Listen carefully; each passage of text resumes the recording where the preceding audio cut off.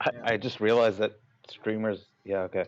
Yeah. Well, I always think you can see like only when I'm sending out, so I thought you were stuck on the idle screen that whole time, but I'm glad you weren't.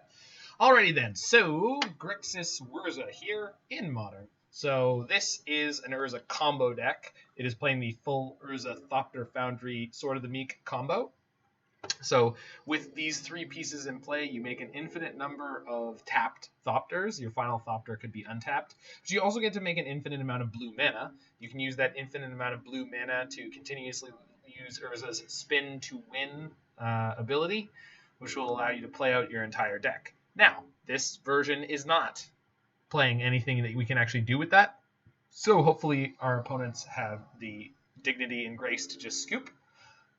They're not required to, so if that happens, it's going to be a pain in the butt.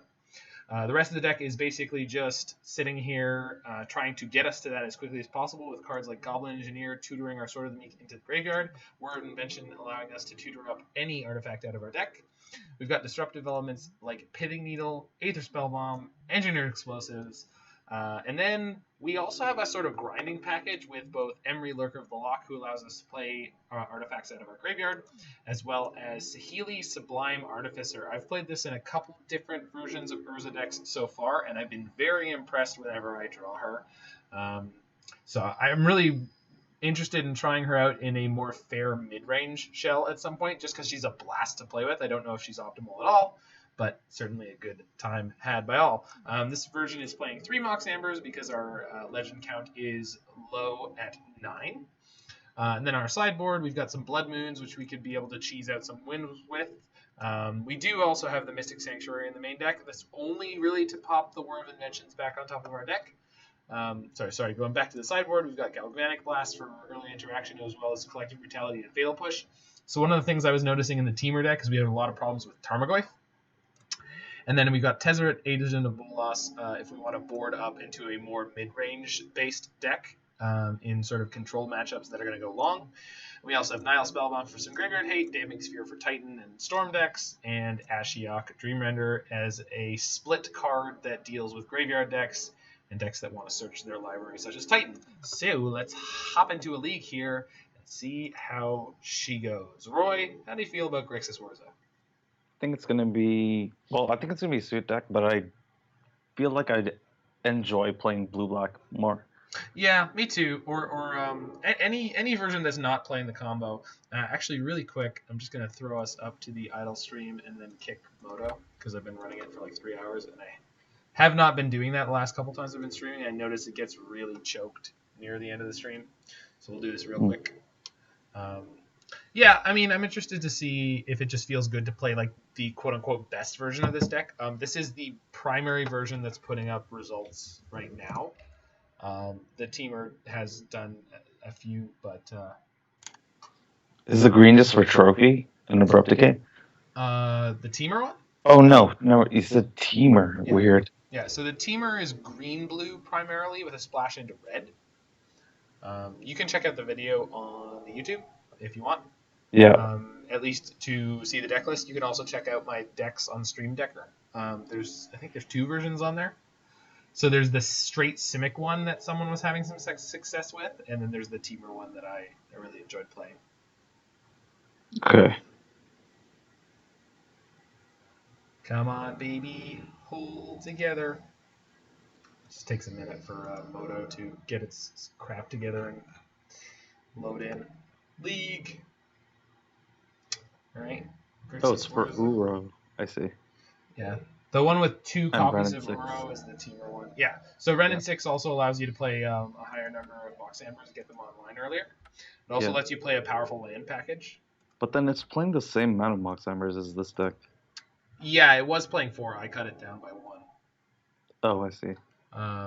It was playing 4. You can play 4. I wasn't loving it. Okay. Ba-da-ba-ba-ba. Now I want McDonald's.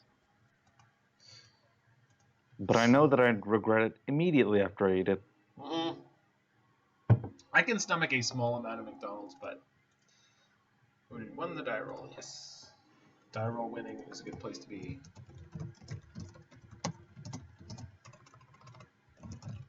All right, are we keeping this hand in Modern? I think so. We're going to play tapped Watery Grave. We're going to play Mishra's Bauble. This ensures that we're going to have a turn 2 Emry in case we get Thoughtseized. I have experienced that Modern right now feels a lot more... I meant to play my Bauble. Damn it. Yeah, I was gonna ask you if there's a reason why you're holding it. I specifically said I wanted to play it, and then I didn't. So Modern has felt a lot more fair and mid-rangey online. But again, when I played it in a tournament, it was like so. I ran into Titan twice per tournament on average. Now that said, really... we do live in Toronto, which is like the mecca of like SCG Titan players. Okay. Edgar Magahalish, Matthew Dilks, Dom, Harvey, and I think Andrew Gordon was also playing it. He's not an SCG grinder, but he is general. No, Andrew Gordon was the guy that I was playing last round. He was playing... he was playing Blue-White Stoneblade. Someone else was playing Titan. Blue-White Stoneblade, yeah. Yeah, someone else was playing Titan. There's a lot here, though. It was, I played against that someone else. Mm-hmm. I don't remember what their name is. We're against Bant Urza. Okay. It's probably playing White for Teferi, I'm guessing. Correct, yeah. Which is a version I'm considering as well, but... Okay, I think I'm going to Bauble here as well. Just interested in hitting my land drops. They have Metallic Rebuke on top of their deck. Good to know. Draw. They're also drawing on their Bauble. Cool. Hit the land. So I can get my Thopter Foundry into play and play either a Mox Amber or an Astrolabe. I think I'm probably going to play the Astrolabe.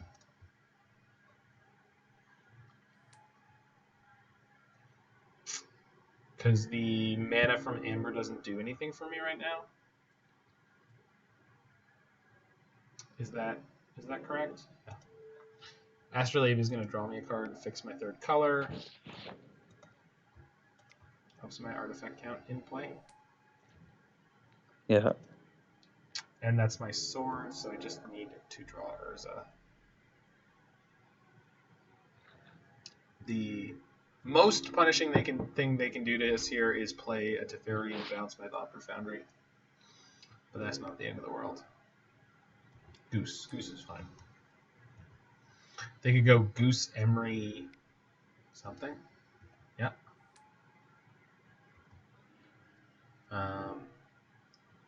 There's a Teferi. They have Rebuke up. Okay. Good to remember. Okay. So I can go land. Can put the Amber into play. You can play the Engineer off that. I can. If you wanted to. Yeah, around the Rebuke. You don't. It's the only thing that you can play. Well, you can play Thopter Foundry too, without getting leaked. Mm-hmm. But I don't need to play a second Foundry right now. What I think I want to do here is play the Goblin Engineer off of the Astrolabe. And then we're going to hold up Whir through their turn. Because we can Whir. You can't cast it, though. Yes, I can. You need triple blue. I have triple blue. Oh, I see. Mox Amber. Got it. Yep. I also have Thopter Sword assembled ahead of them right now. Yep. So one Urza seals the deal. Currently winning on a number of axes. Yeah. Yeah. And I can force action out of them at the end of their turn if I want to by Whirring.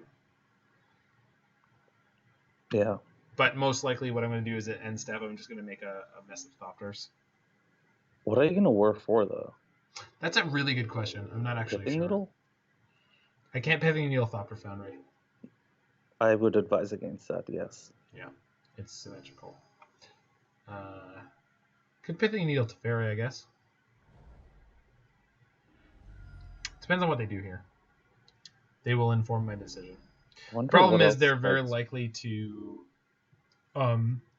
play something that I can't Whir, or if I Whir, I'm just doing it to get the Rebuke out of their hand. So they can, if they understand the way the rules of Magic the Gathering work, they can prevent the Pithing Needle here. So the question is, how bad is this Urza for me? The answer is not particularly, right? I don't think so. I feel like you're ahead. Me too. So I'm gonna sack this. Gonna get an island. Oh, I could Mystic Sanctuary here, but there's nothing for me to get. Just being aware of my options here. Pithing Needle on Urza, what does that do? Turns off the Turns spin. off. It just turns off the Turns spin. off the Mind's Desirability. Yeah. No, I think just putting 3 Thopters into play here is better.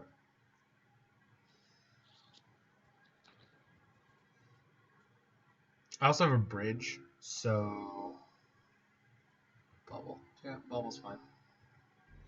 I also have a bridge that I can play, which will stop the construct from being able to attack. Not yet, but it should.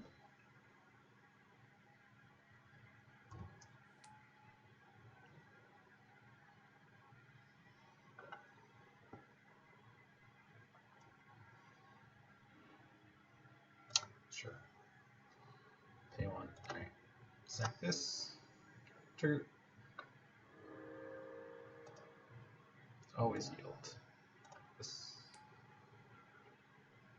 Pay 1. Sack that. Trigger. This. Pay 1. Sack that. Okay. You may now resolve your bubble. Hit our goose, draw some cards. Mm-hmm. Or hit our swans. Yeah, Sorry. shack the swan, draw some cards.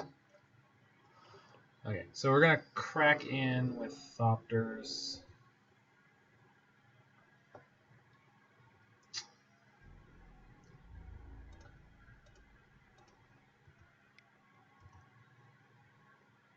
I love how obnoxious this combo is. Mm-hmm. Oh! Here's a thought. I can bounce their Urza. Do you have an Aether Spellbomb? I do. Oh, I see. So we're gonna play the Astrolabe. They still have Rebuke in hand, though, don't they? Yep. I can play through it. I'm not gonna cast a spell to get my Aether Spellbomb into play. I'm gonna activate Goblin Engineer. I see. Okay. But the question is, do I bounce the Urza or do I bounce the Construct? Because they're pretty choked on mana. So I'm going to float 1. I'm going to make it red. I'm going to activate Goblin Engineer. I bring back Spellbomb. I swap it for Mox Amber.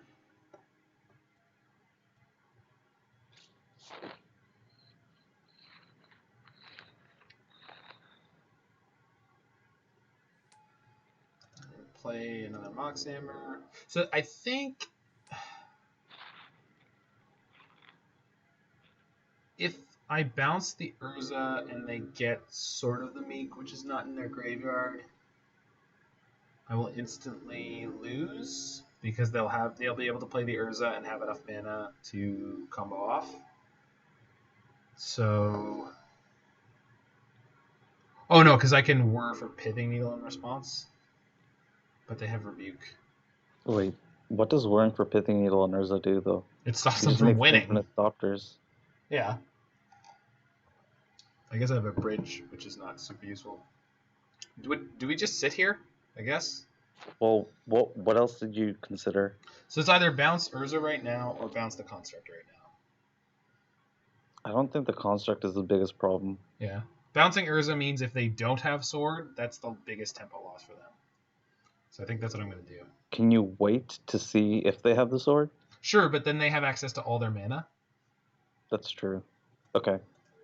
The thing is, if they have the sword, I just lose anyway. Because they're gonna play the sword during a main phase. Then I bounce the Urza, and then you know what they do? They respond.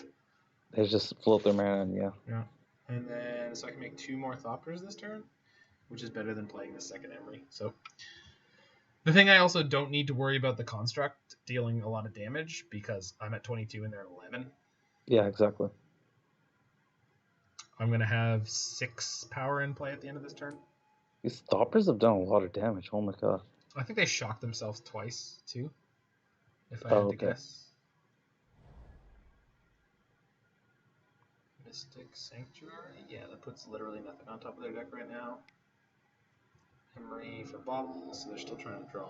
Good. They do have a lot of draws happening right now.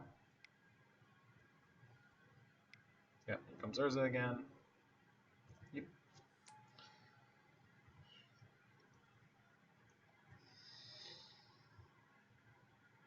Oh, but they can use their Foundry to start fighting my Thopters, I guess. I think if I can play the bridge first this turn, through the Rebuke, I'm going to do it. Because... Are you making Thoppers to block? What? No, it's not. Oh, now? Yeah, to block the construct. Should have, yeah. I definitely should have made one. I don't know. I think having them on a 2-turn clock is important. They also don't have a sword, so what is going to happen here is they're going to be on a 2-turn clock unless they start sacking actual artifacts. Yeah. Pay 1, sack that.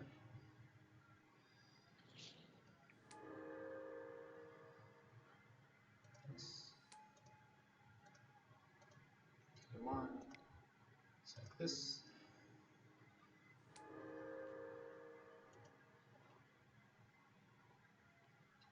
But you're right, I should remember that from here on out I have the option of blocking the constructs. Okay. Play Bauble. Okay.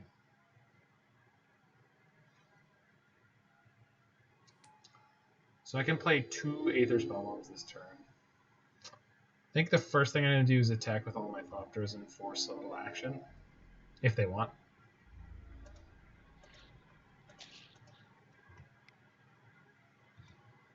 Would you like to block?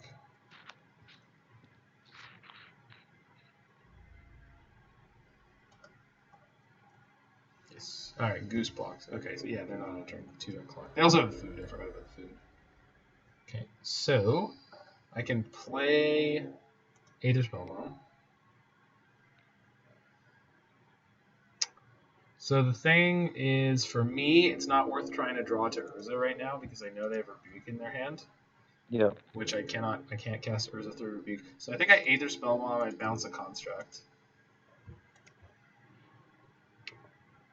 And I think I pass the turn because I can Goblin Engineer at instant speed. Yeah. But then doesn't that still... What else? What do you plan on bouncing? Another Construct. Okay. It reduces their mana, it reduces their power on board. Thing is, right now I don't have to do anything except keep making Thopters. This Goose is going to buy them a lot of time over the next couple turns, though. But it does cost mana. Although each food it makes is also a Mox Opal. So actually, I probably should have bounced Urza there. Is there upkeep? Do I want to bounce Urza now? I think I do.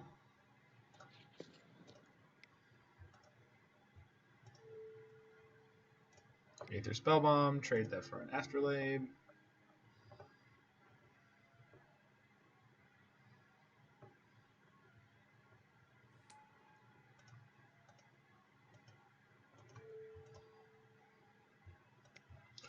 Yeah, bouncing their Urza repeatedly is the best way to choke them on mana. It's not particularly effective, but it's better than doing nothing.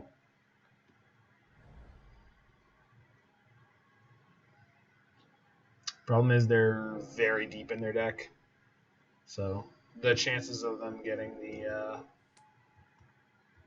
Sword of the Meek are very, very high. Yeah. And if they get it, there's nothing I can do.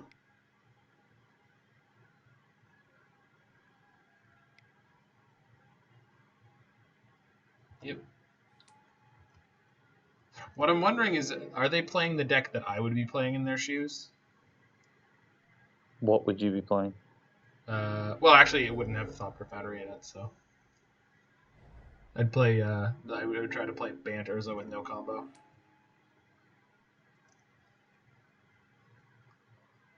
I'm a little annoyed that my deck doesn't have a main deck Nile Spellbomb. I feel like that's a serious mistake. Why did they play the Emry without using the other Emry? No. They have 0 mana artifacts in their graveyard that they want to get. Yeah, they also have more like artifacts that cost mana that they can just cast. No, they could have just gotten a Bauble for free. Yeah, they could have done that.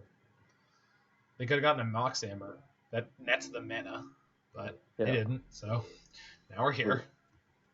Okay, if they attack me, I think I'm just taking it again because I don't need to start blocking yet. This game is not about that.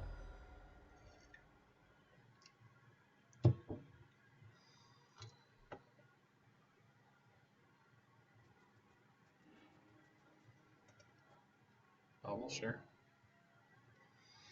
Okay. They can gain 6 life. That's annoying. Yep.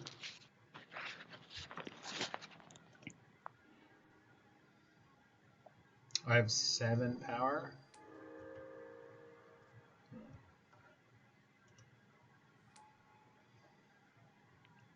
Do you have to tap food to suck? Yeah, you do. Okay. Yeah. Okay. Lightning House really doesn't do anything for us. Let me just attack. Is there any way you can bounce the Urza again? Yeah, of course. It's going to be now. Oh no! Well, he can still make mana.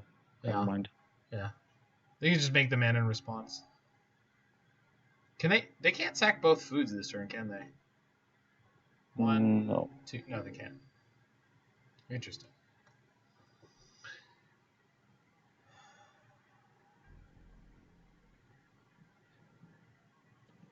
It's been a neat little game. This is very, very puzzly. Yeah.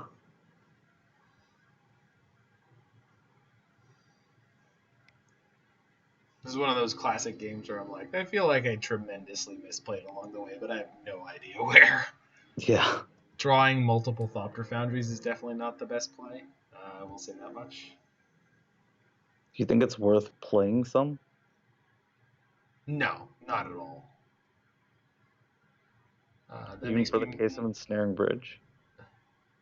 Well, I mean, yeah, I guess, but like the thing is, if I go Shockland, second Emry, Bridge, I'm smaller than the constructs. Okay, so they're taking 4 here. I see. And they didn't float them in off their Thopter. I feel like they're misplaying all over the place. Not that I'm, so I'm going to talk. So if I go Shock Steam Vents, play Ensnaring Bridge, I'm down to 4 cards in hand, which means their constructs can't attack. So I think we're going to do that. Am I? No, because... No. I'm going to play my Spellbomb again.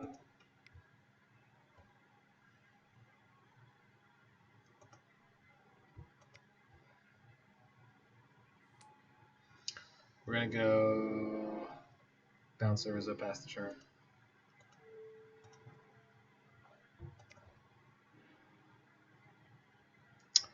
Yeah. And I can make Thopters to block. Or I can bring back the Spellbomb again and bounce one of their constructs again. Yeah. They're at 2. They're really danger zone.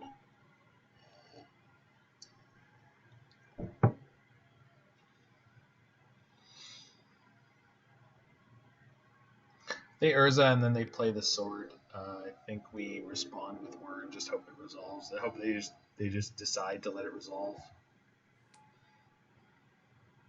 Because they can definitely stop it. Mm-hmm. Oh, wait. I can Whir, and then if they... No, okay, never mind. That doesn't work at all like the way I was thinking of it. Never mind. Don't ignore me. Just don't even worry about it. While you're worrying about it, stop. The line I was going to suggest makes no sense. I believe you, Okay, good. I'm glad. but I am worried. No, the only thing that beats us is Sword, dude. And if they had it, they'd play it, I think. Those constructs are huge. Yeah, they're fatties. Sorry, huge. Huge constructs. Made in foreign nations. Trump is so weird. Yeah, it's very strange. It's my inspiration for the way you pick up a glass presidentially. Really? Oh yeah, How- that was where I got that from, dude. There's footage of him at some thing where he's speaking at a podium and he picks up a glass of water with both of his hands. Must have been a heavy glass. Yeah, real heavy. It's, one of those IKEA ones with the little bubble at the bottom. You know, those are yeah. I've never seen one of those. Oh, Rob's parents have them. Like old-fashioned glasses with got a little bubble trapped in the glass. 3 mana. 3 mana is not. I think he's just spinning Urza. You think? Okay. I thought it was gonna be Whir for 2. That would have been savage. Spell Queller. Okay. That's a card. That Wait, does not what? keep you alive. You just lost the game, dude. They can sack up 1 food? I'm confused about why that happened. Yeah, I don't understand what happened there at all. Okay, so I think Ashiok's coming in. 10 out of 10 Ashiok. I think Pithing Needle's going out. I think Nile Spellbomb's coming in. Hold on. They were on Bant. So I feel like that there's no way they can cast like Rest in Peace, right? Is Galvanic Blast worth it? I kind of think so because it kills Urza. Yeah. And it can mess up a It kills Teferi. Emry too. Yeah. What am I Is this cutting? a Tezzeret matchup? I feel like it's a Tezzeret matchup. I feel like it's a Blood Moon matchup. Like I don't know about Blood Moon. I think Tezzeret definitely seals the deal quickly. yeah. The question is, what do we cut? So I think Bridge. I think. Is Ichor Wellspring worth it? Or trimming on Foundries? Yeah, I think we're gonna trim on Foundries and Swords, because I would guess that they're gonna have a way to deal with the combo. I think I'm gonna trim 1 Emry and 1 Goblin Engineer. No, 2 Goblin Engineers because we trimmed on the combo a bit. No, I want more of a split. Ichor Wellspring with Goblin Engineer is just a really, really good way to grind. Sure. It is. No. I'm not disagreeing. I know. I'm just puzzled a little. By what? No, I just didn't see it. And then I still have a pretty good artifact density here. All right, I think this is how we're going to go. This is also one of the things when I look at this deck, I just go, oh, I wish this was just my main deck. This is such a sweet setup. Freaking Loch Tezzeret. Deck is sweet, minus the red cards. It does play out very differently from the Dimir version, though. Mm-hmm. Oh, yeah. Yeah, this is a lot more controlling. We're keeping the hell out of this. Mm-hmm.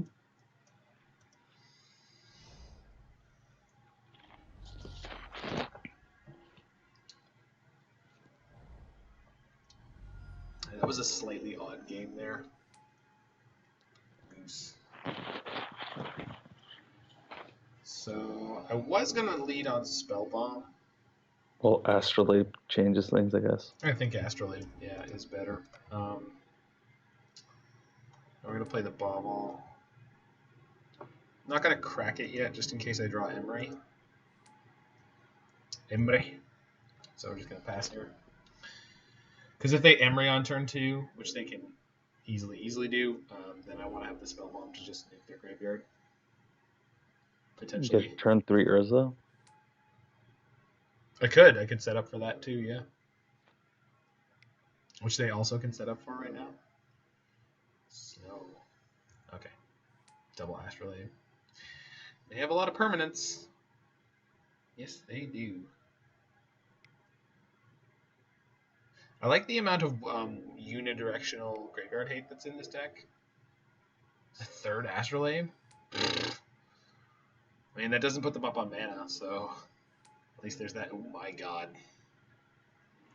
So they've denied themselves the ability to get a turn 3 Urza by using their food there. Yeah. So...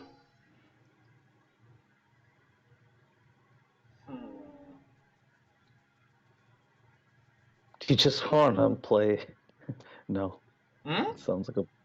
No, I was going to suggest EE on 1. It was a joke. I mean, it's kind of tempting, right? I don't think so. I think at turn 3 Urza is better. It definitely is. But if I'm able to EE next turn on 1 and post Urza, because I can play Urza, play EE on 1, and crack it. That's what I'm doing. Also be careful about what they have up next turn. No, I know. I understand that. I'm just saying, like, if they go shields down for any reason, like EE on 1, just eating their permanents is really, really good, because then their Urza, if and when it comes down, is going to be considerably less powerful. Yeah. So what I mean is, if they have something up, I would probably play EE and not Urza. Yeah, that makes sense. I'm going to Bauble on their turn. I want a land drop.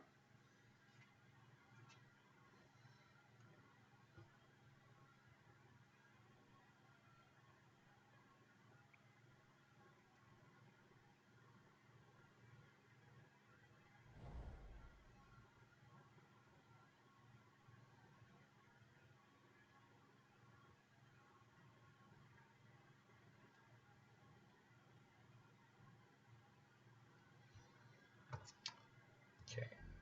Land go? Oh my. Oh, attack with Goose? No, they didn't want to send the message. Oh, I didn't bubble. Shoot. Are we playing the E on 1? Boring or they have Rebuke? Yeah. I'm going to play the E on 1. Sure.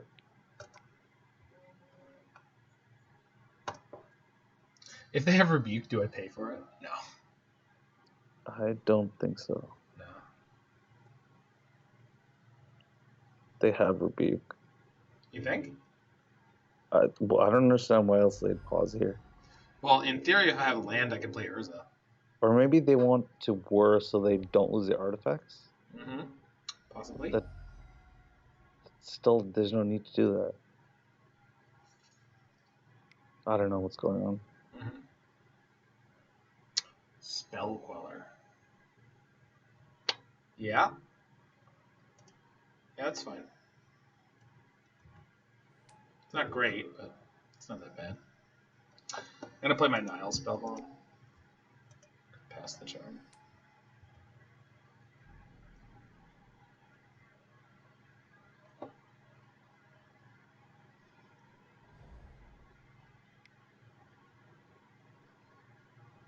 Sure.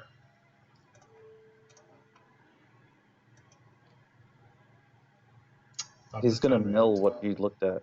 I just wanted to not forget this time. So, yeah, you're right. You're 100% right. Good catch. I just was more concerned about making the hideous misplay of not drawing the extra card and not getting land. The one extra piece of information doesn't really concern me much.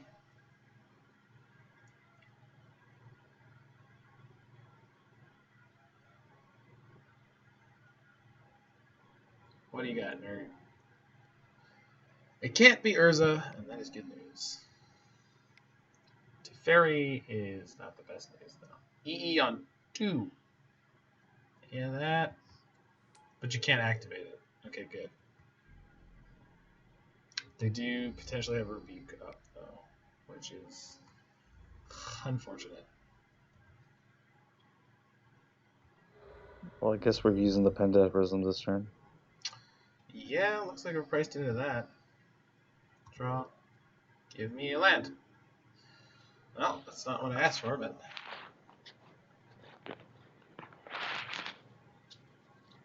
So... Would you Whir for Pithing Needle? On the EE? Mm-hmm. Yeah, I could do that.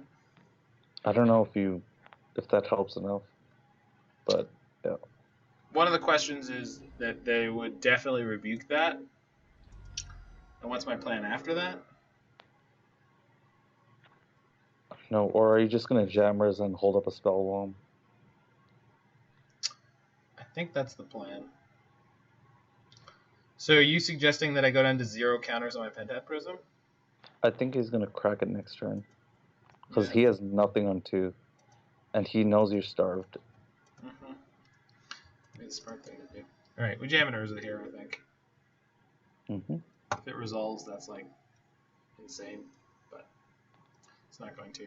But they're going to pop the E on 2, and then when they try to activate Emry, we just respond by nuking their yard and drawing a card. Yep. So we're in an okay spot. Just depends on what they have in hand. Well, that resolved. Sweet. I don't know what to do. It wasn't supposed to happen. Yeah. I'm gonna pass the turn, I guess.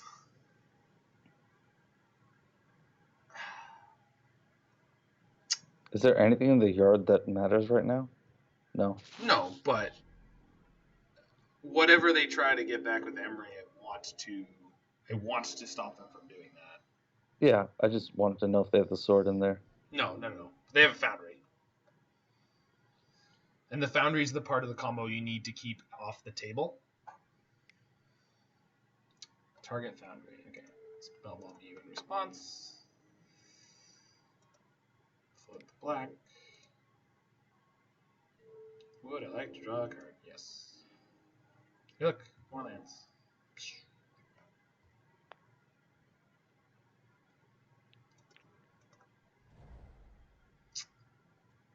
Did they just play Mystic Sanctuary? Sweet. Please tell me I exiled at least one spell. Foundry, sure. Sword? A Sure. lot of... Yeah. But they have an EE on 2. They can just sack the EE to just make another Thopter. No, I understand that. I'm just saying it's funny. Also, yeah.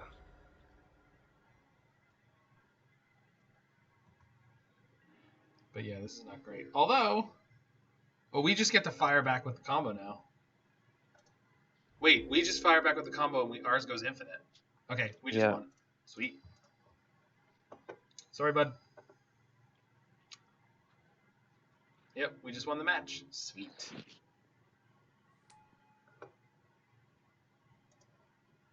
Would I like to search? Answer is yes.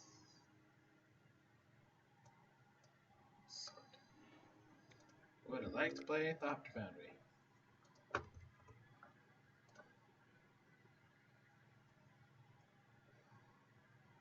Whoa, was that a premature GG? No, they have 0 cards in hand. Oh, I see. They have 0 cards in hand. They have 0 cards in their graveyard. They can't activate their engineered explosives. And even if they could, I could just go off in response. Mm-hmm. So that was not a proactive GG. That was just hoping that they would scoop. Because this is Magic Online, and I don't have to look them in the face. But more importantly, I'm really hoping they scoop, because if they make me start executing that out, I don't have an infinite combo. Yeah. It's pretty medium. They mulled. We're on the draw. Feel like I should mulligan this. This hand does nothing. Yeah. This is turn 2 Emry. Yep. With Bauble, which just starts being a card draw engine, so I'll take it. Bottom in Urza? I think we bottomed the Urza, yeah. The one on the left or the right? Left one. Yeah. Looking at me funny. Hand of the devil. Sinister.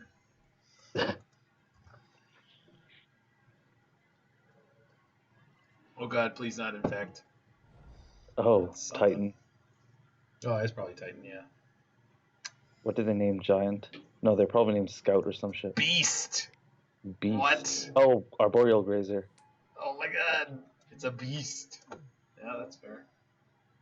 Yeah, Dilk's named Scout in a game where I played against him. That was something to experience. Don't you have the advantages in this matchup? We'll see. They can kill you real fast. Yeah, that's true. We'll see how many omelets they whip out. They can definitely cook us up pretty fast. That's a really medium draw for them, though, so yeah, we might be able to get there this game. Do I fire off my Bauble now? Yes, I want to know what they're going to draw. Titan, of course. Doesn't do anything yet. I'm more worried about his Urza. That's fair. Bog. Oh. Okay, that's a reason not to do what I just did. So. Yeah. Oh, but we have everything we need to win next turn. Okay. Neato. So they're going to Titan, but they don't have an omelet, so I think that means we're okay. Are you going to actually play the Engineer now or the Foundry? I'm playing the Engineer. Because if they bounce the bog... Yep. 100% best possible catch. You are my boy, Roy. You are my boy. Thank you for saving me from myself. Glad I could help. Thank you for saving me from myself. So the thought process for me was that the Goblin has an activated ability. So I wanted him to be not summoning sick next turn, but you're right. They're just going to make it irrelevant. It looks like they don't... Yeah, they have Urza. Okay. I still don't think that matters. I think we just get to go off in their face. Yeah, but I think it would have mattered if we... Yeah, if they got the Titan down this turn, it would have been scary, but we would still win. We would still go off in their face.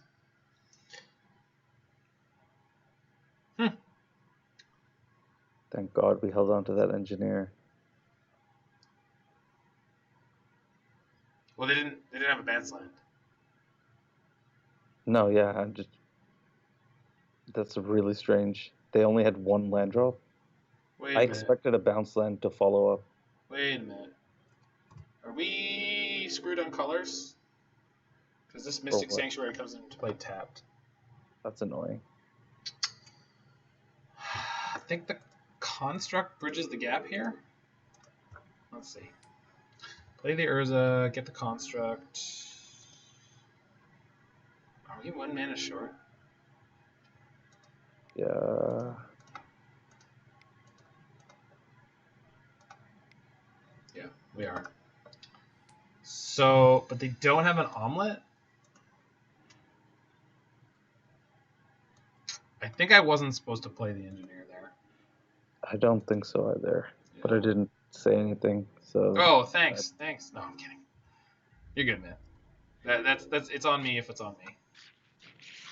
No, I should have cut that too. No, yeah. So they can play Titan, get a bounce land, bounce their thing, and bog me. So we have to find another Engineer this turn.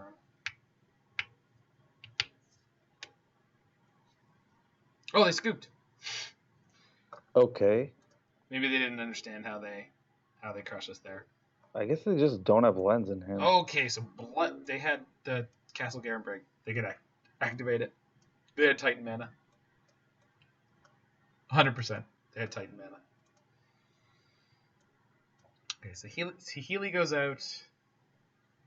Pretty sure. Yeah, it doesn't look too helpful. I think Bridge goes out. I think Ichor Wellspring is not... Yeah, actually, that's definitely... in for this matchup. Ashiok's definitely coming in. Ashiok's insane against their deck. Damping Sphere any good against them? Yes. I don't know. It is. Okay. It's not great, but it's good. And do you think Fatal Push is worth it? I do, but Or Gal Blast works better. no, it doesn't. Does it? It does. It hits the Zuza. And it hits Stride of the Elysian Grove Yeah. if you have if you have Metalcraft, yeah. I think Emry's going out. Maybe not all of them, but I don't think that game plan is where we want to be. Is Pithing Needle any good in this matchup? I don't think so. Because he's the only thing I can think of. EE or Ballista.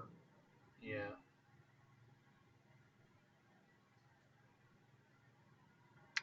Feel like our artifact count is pretty low now.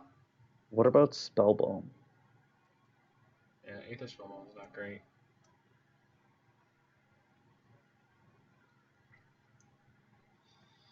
Just a little worried about our artifact count. What would you take out then from the cards that we would be boarding in? Yeah, that's the thing. And so many of these are like atrocious haymakers. Yeah. Bridge is the thing I'm not convinced that I should be leaving in, but I think I will. Do you think Emry would be better than Bridge? I think so. But with the artifact count so low, it's hard to play an Emry quickly. But Bridge, I mean, you're definitely not playing quickly. It's just tricky. I think we'll go with this and see what happens. We got game one, so we shouldn't have, but or at least not that easily. I think we should have, just not after. Yeah, we definitely made a misplay there. This is a keep. It's not the best keep, but it's a keep. Yep. And they mulligan, so. That deck mulligans really well, from what I understand. It mulligans very aggressively, that's for damn sure. I would say they mulligan frequently, and mulliganing is powerful for them. Like, I don't know if the deck mulligans well, but... Well, each of their lands is, or most of their lands are high value. Yeah. They play 30, too. Yeah. 30 lands for, like grazers. It's just... It's a sweet deck. The construction of Titan is nuts now. They went to 5. So I feel like we're definitely going to lose this game. Or they have a really bad hand. Well, they clearly had 2 bad ones. Okay, so Omelet. we're Omelet is their best possible start, so we'll play Aether Spellbomb, because if we can bounce an Azusa somewhere to sequence, that could theoretically trip them up. Hey, look, it's the God Draw. This is how it starts. This is how it starts. They didn't bounce the Simic Growth Chamber. That's a good sign. What is the transmute for? Summoner's Pact, get a Zuza? No, they don't have a land drop. Not this turn. No, they're building in for a longer game here. Okay. So on my turn, we're gonna engineer. You're not gonna tap out because of a Zuza, are you? No, I'm absolutely tapping out on this turn. Aren't you worried about Azusa? No. Not really, no. Because I think what I'm going to do is play Engineer and then set up for next turn putting Damping Sphere into play. Okay. Which could literally kill them through the Azusa. They'll see it coming. Oh, wait. No, I can Whir next turn for at least 2. Which means I can Engineer for something else. We might be able to steal a win here. So, what do I get?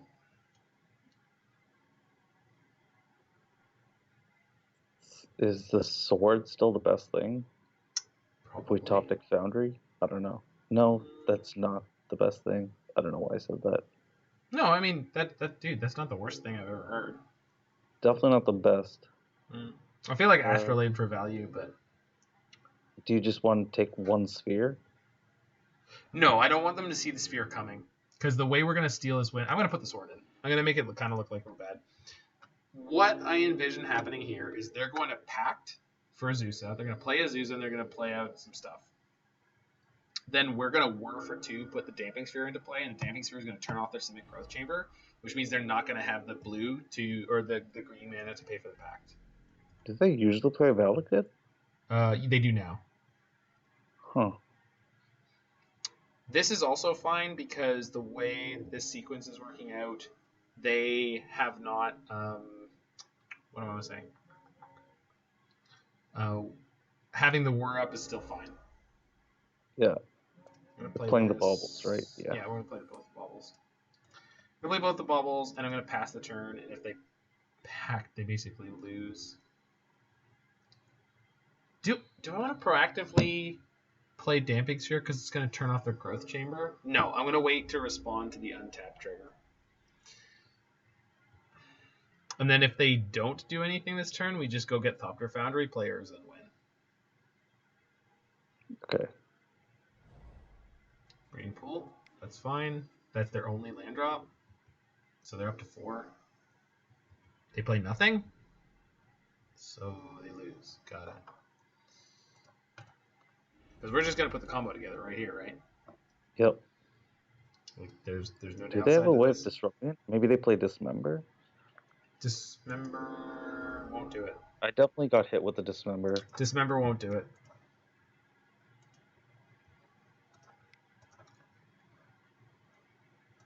Yeah, you go off instant speed. It's not about going off instance. Well, yeah. That is what it's about. Let's get the Foundry. Yeah, because Urza's in play with enough artifacts. Do I play Bloodwind first? No. Rubbins? No. You sure? Yes. Alright, fine. Yeah, as soon as Urza lands, it's over. They have to have Pact. And they got the other Pact when they transmuted. Okay.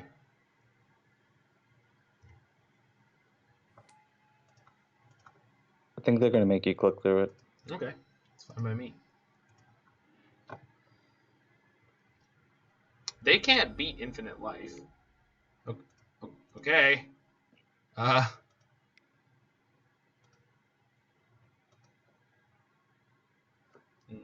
hold on. Activate this. No, damn it. Sacrifice a non-token. Okay, there we go.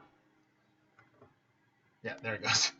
I think they just wanted to show that they had it and see if I knew to respond to it, I guess. Yeah. Well, 2040. So far, so good.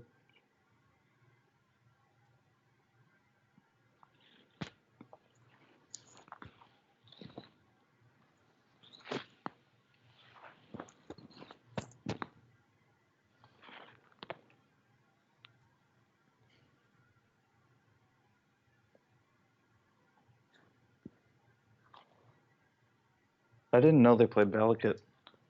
Mm-hmm. Did they just start when they started playing the Dryad? Yep. Okay, makes sense. The deck does that now. Sometimes they play 1 or 2 copies of Scape Shift, but they don't need to. Because the thing is with Dryad, Valakut, as soon as you're on 6 lands, just starts slamming your opponent for 3s. I think they usually play 2 Valakuts, and then they play 3 or 4 Dryad, I think. Huh. Maybe less, though, because they're playing Summoner's Pact, so sometimes they can just tutor. I'm going to continue holding on to my Dryad. I sold the foil one right away. Yeah. They've actually been dropping. There. I think they ended up being overhyped, and the fact that they're a rare means they're easier to get than people might have been thinking. Fair. I don't begrudge you, though. Like that can be the right choice. They mulliganed. I'm going to keep this. This is a reasonable hand.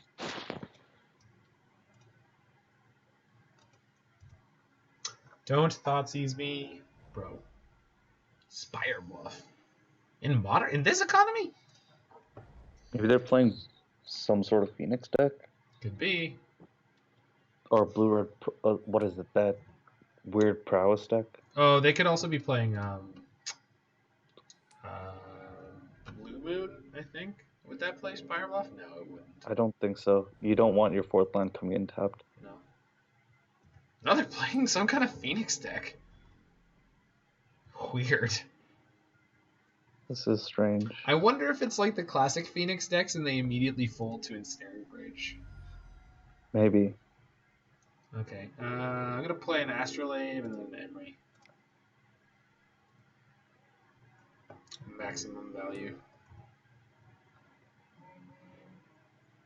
Yeah, look, a sword. Should have played the Emry first, obviously.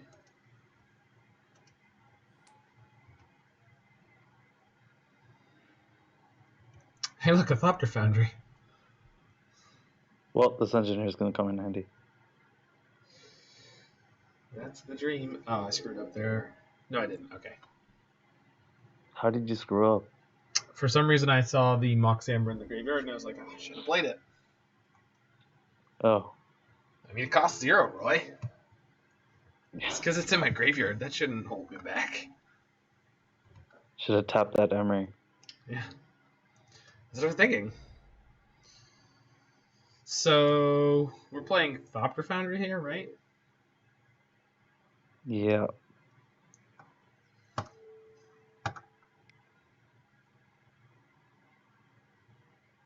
I'm hoping they're not playing counters in their thing in the ice deck. Are we sure this isn't Blue Moon? Yes. I'm like, I don't understand why Blue Moon would play Spiral now. I don't either, but I'm just like, this is going to get remanded, right? No. They also have played 0 cantrips. No, I mean, I agree with you. I'm just saying, like, it's freaking weird. Do I play the second Emry here? I don't think so. Maybe the Astrolabe? Yeah, I guess so. Ups the artifact count for Urza. Got me a land for next turn, so that's good.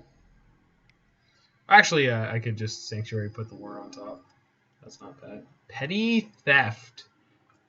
I didn't have any mana. Good. Because I should have sacked that Thopter Foundry in response, probably.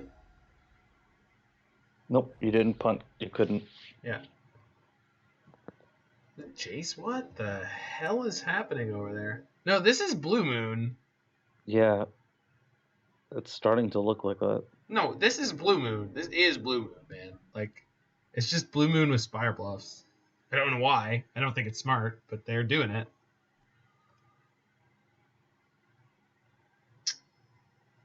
Okay. So this turn, I'm going to play the Mox.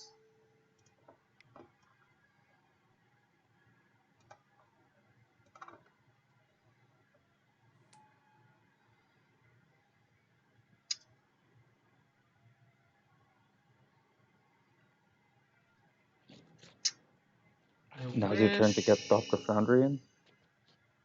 Yeah.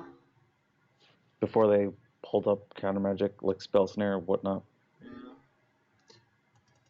Yeah, I played my land already. Shoot.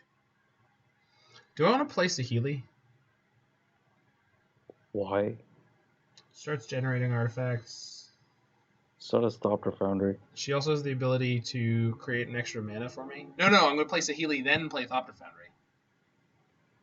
Can you play all? Yeah, you can. Yeah. Okay. Yeah, sure. Yeah. I missequenced this because I should have played the Mox Amber first. But that's okay. Because that would give me an extra servo. Yeah. And like one of the neat things that happens here is like now I could turn any of my artifacts into a Mox Amber until end of turn. Yeah. Well, you'd have to sack it. Yes. I'm just saying she can generate mana, which is neat. Like, it is something that is very valuable for this deck to do. I have a Bauble, so I can... There's no point in baubling them. They're just going to brainstorm. It's not about baubling them. It's about baubling to draw a card, because then I can get the Whir off the top of my deck at some point. Because Whir, I want to cast Whir to Pithing Needle as Jace. Very badly. They're going to flip the thing here.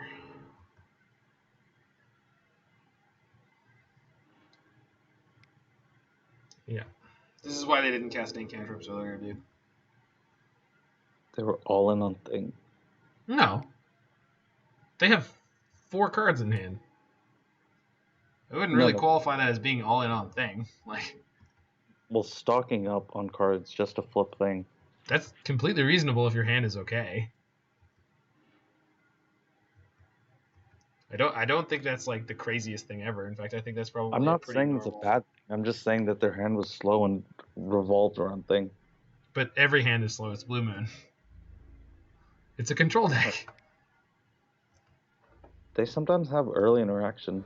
They had Sure, none. but they didn't need to interact with anything we had. I mean, I guess they could have bolted Emry, but it's all good. It's all good. So we've got Thopter Sword going. So if we draw Urza, we win instantly. I think. Ichor Wellspring. Yeah, that's a card. So I can put Whir on top. I can Wellspring. I can get my Whir. Are you going to play an Emry this turn? You might want to play that before you Mystic. Sanctuary. No, it's fine because I can Ichor You Wellspring, can then Ichor play Wellspring. Emry, and then yeah, I can do it. I can do it in the sequence anyway.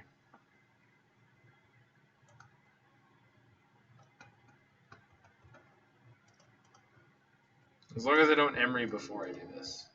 Yeah.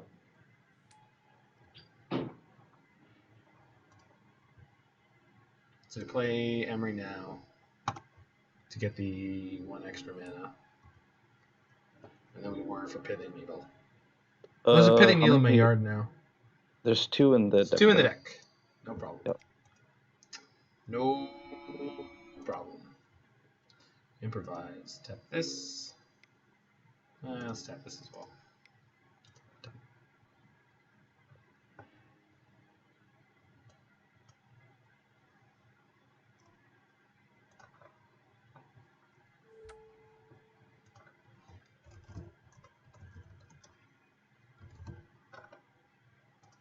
I could name Jace the Living Guild Pact.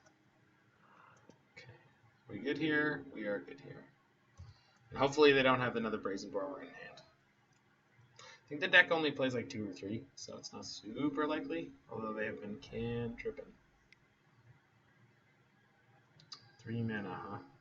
Electrolyze. That's completely fine.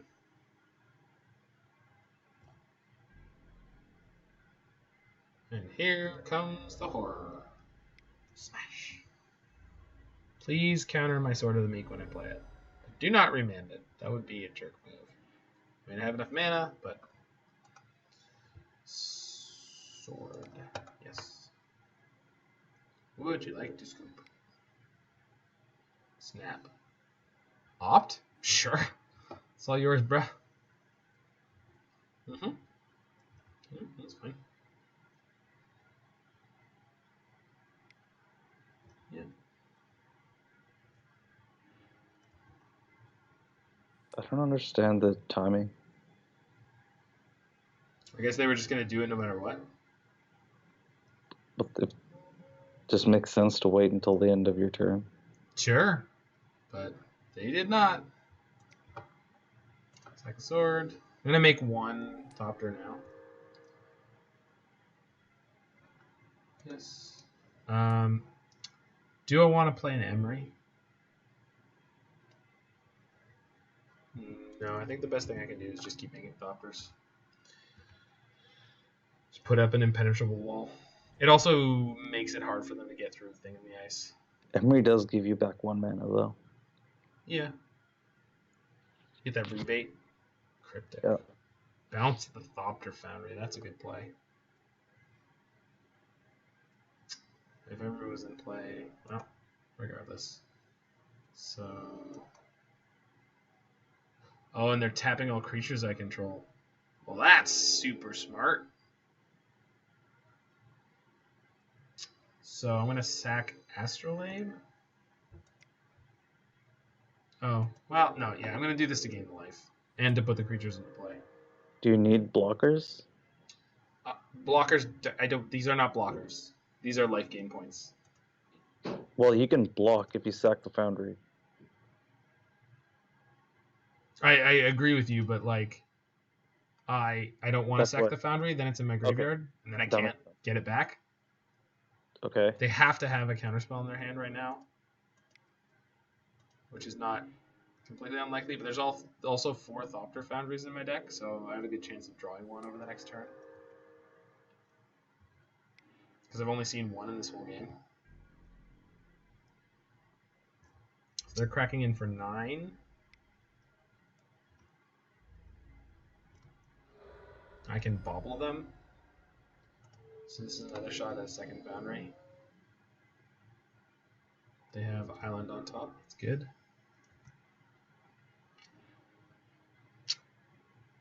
Urza. Urza's also good.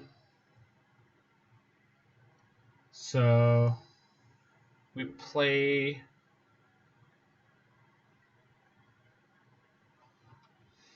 Emry's free. Emry is free. I think if they have a counter, I'm dead.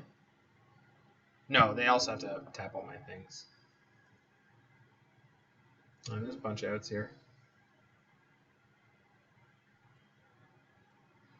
Yeah, they have to have a lot. The question is, in what sequence do I play this? I think if they play Thopter Foundry first, because if they have a hard counter here, then I play out Emry and then I play out Ensnaring Bridge. Okay, Remand is fine. Remand is completely fine because we just go black, blue. Thopter Foundry comes in.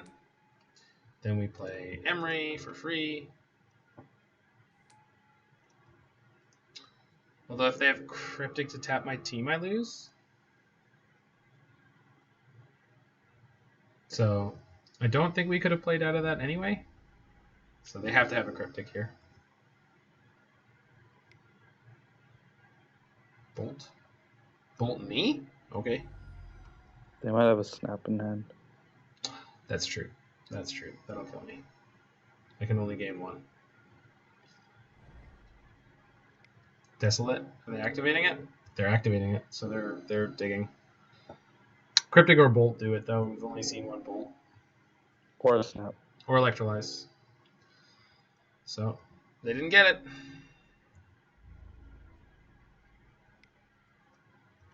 I would suggest blocking. You think? I don't know. Seems like the losing line.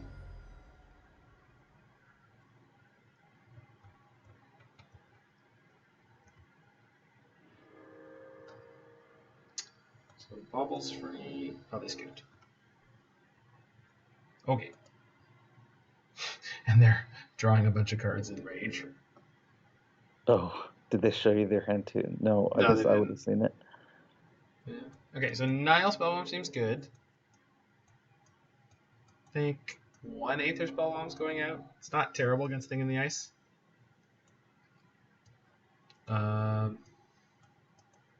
E also seems good. Saheeli seems generally medium. She's alright. I think Fatal Push is good. Do I really want to board that many things in against Thing in the Ice? Yeah, I guess. I don't. Well, Literally I think 2. it's the lowest priority. I think Bridge can go out then. I guess. Well, because no, dude, one Bridge or 1 Fatal Push is enough to do the thing I needed to do, right? And then I just need some cuts here. Feel like cut 1 sword. Yeah, their graveyard hate is not likely to be very good, right? No, they're red-blue. And then the Thopter Foundry. So it was pretty clutch in that game. Oh, Pithing Needle? Having 2 in the deck kind of saved us last game. Maybe an Emry. No. I just cut a Fatal Push. Go down to 1? Or a Spellbomb. Go down to 1? Yeah, I guess the value on Spellbomb is pretty marginal, and since I can recur it, and I can tutor for it with Goblin Engineer. Yeah. Yeah. Yeah, this isn't like a heavy Graveyard Synergy deck. This is like a light Graveyard Synergy deck that I just want to mess with them. This is a fabulous draw.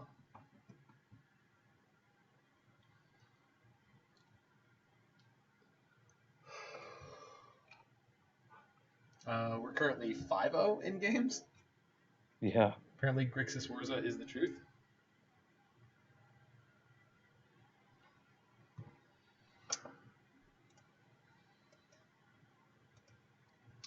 We're against El Magnifico.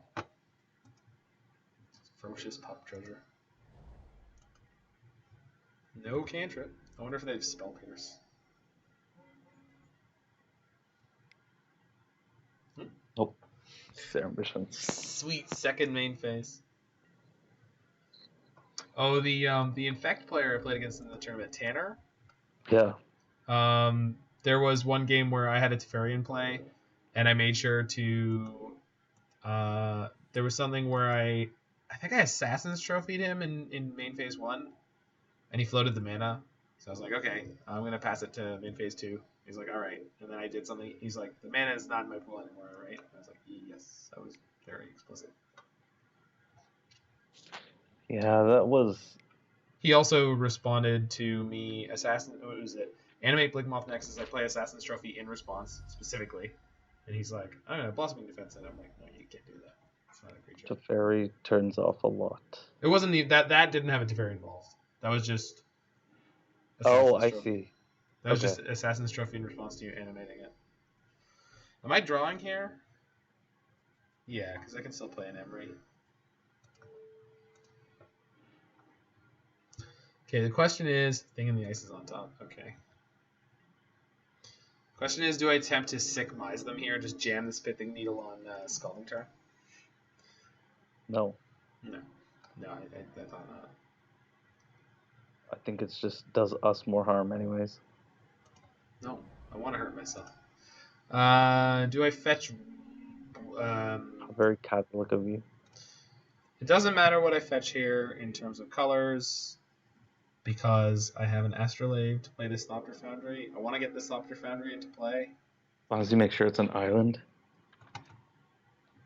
for Mystic Sanctuary if it ever comes up. That's true. Alright, we'll get an island. Or a Steam Vents, whatever. Island, Steam Vents, or Watery Grave are the options here, but I don't really feel like shocking myself right now. I guess I could, but like, I didn't board in Blood Moon, so I don't need to do anything silly like that. But they might have Blood Moon. Do you think they boarded in against us? It's in their main deck. I don't know if they boarded in. That's true. And they should have it in their main deck. Because of Titan. Yeah, I think I'll just get the island. Theoretically highest upside. I think I'm jamming Thopter Foundry in here underneath their counters. Yep. So if they want to take it into play, they kind of have to go tempo negative by playing Petty Theft. Do they have a lot of artifact hate? They are red. They do. Not that it's gonna influence. Yeah, I mean they could be running a Braid, but again, like it takes them time to do that. They could be playing like, what is it, Shattering Spree. They could be playing, I don't know, lots of stuff, right? Yeah. I mean, nobody's playing Shatterstorm anymore, that's for sure. They could be playing Shenanigans, actually. Yeah. I think I go Tarn. And hold up Whir. Yeah, because I can Whir for Sword right now. Yep. Or if they play Jace, I can respond with Whir for Pithing Needle. No, I can't. Can I? Did I take out one? No, they're both in. They're both in. Good. I can Whir for Pithing Needle in response. Although I guess I don't need to do it in response. No, I would just Whir for Sword and then play Pithing Needle. Yeah. Getting too clever. Trying to get too clever. Oh. I played the wrong land. Why? Because if I'm planning on whirring, so let's say they pass the turn with all their mana. Yeah. Okay. If I whir and they have a counter, it goes to my graveyard. And in theory, next turn I could play the thing and then. Oh, I see what you're saying. Yeah, you want to save it for Mystic Sanctuary. Okay, yeah. Because I am like 99% going to whir during their turn, because then they're going to want to counter it, and then I get to jam my Urza in. Although they have Thing in the Ice. I don't know if I want to jam Urza into this thing.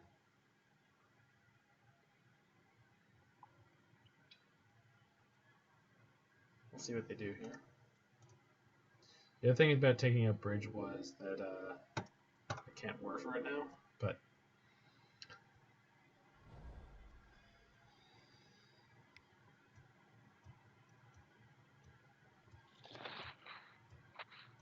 Ashiok?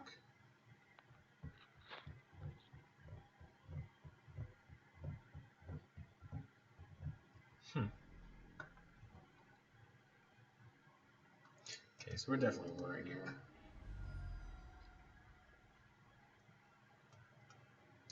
Probably gonna get remanded, but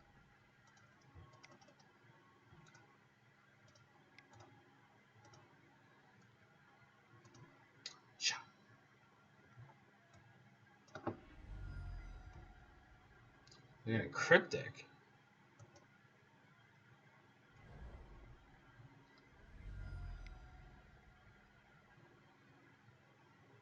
Yep. Counter draw. Good, good, good, good. Not counter bounce.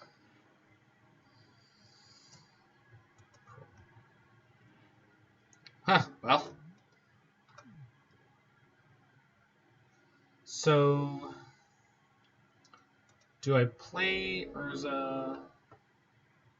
So let's play Astrolabe and Pithing Needle? No, I'm just gonna Whir for the sword now. Right? Sure. That's like highest possible upside, right? I don't see the... Yeah, I don't see a downside. Yeah, because they're tapped out.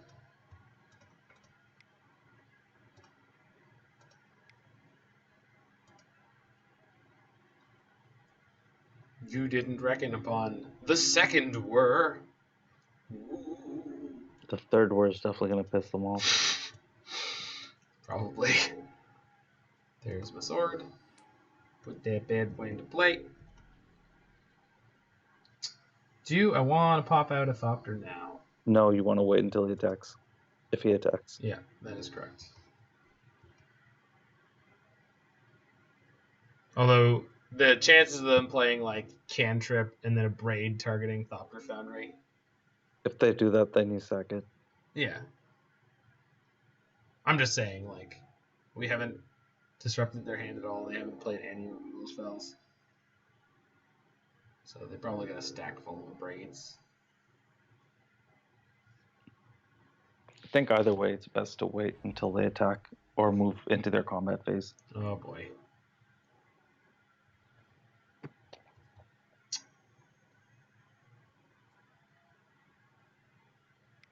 Cryptic's on top.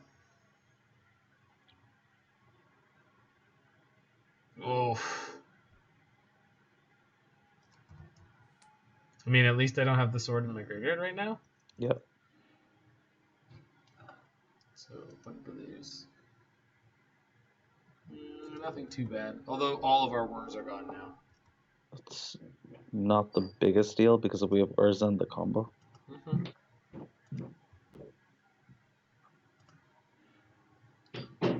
So, unless they're playing Surgical here, we're good. Okay, good.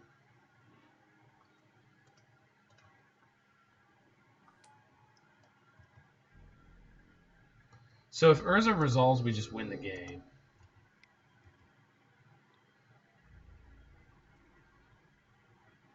Just trying to see if they'll could be in the opening for it for any reason.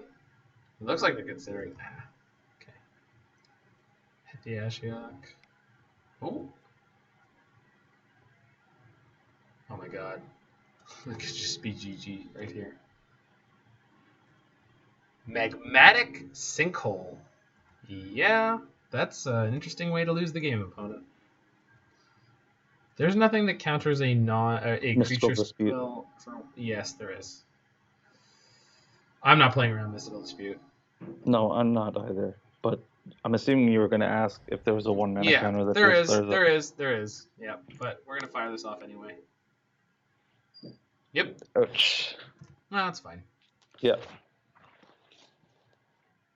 That was gonna happen. Like. Do you want to Needle Ashiok? No. Okay. No, Needling Ashiok is. Do you want to largely play the Astrolabe? No. No, I want to make a Thopter to block this thing, dude. Oh, never mind. Yes, I forgot. It flipped. Yeah.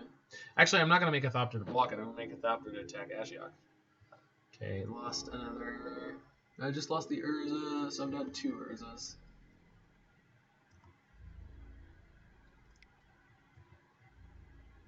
And they should have access to another Mystical Sanctuary here.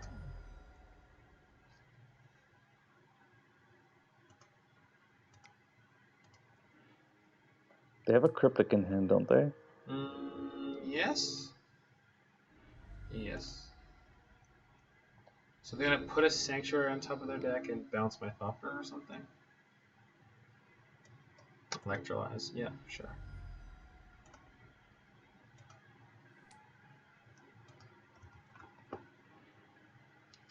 That's a good draw.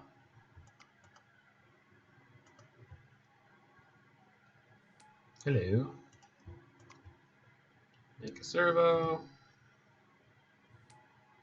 She feels so much better than Pyromancer. Yeah. Well, the fact that she's largely immune to removal is the best. Yep. She produces a better creature type too. Cannot search into Ashiok. Do I...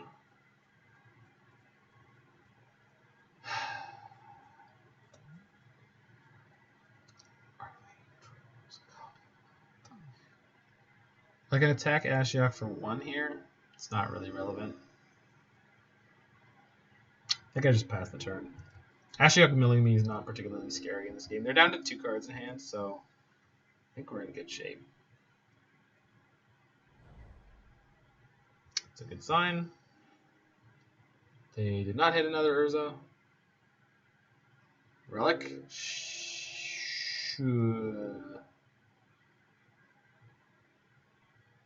That can deal with sword. I'm going to make another token right now.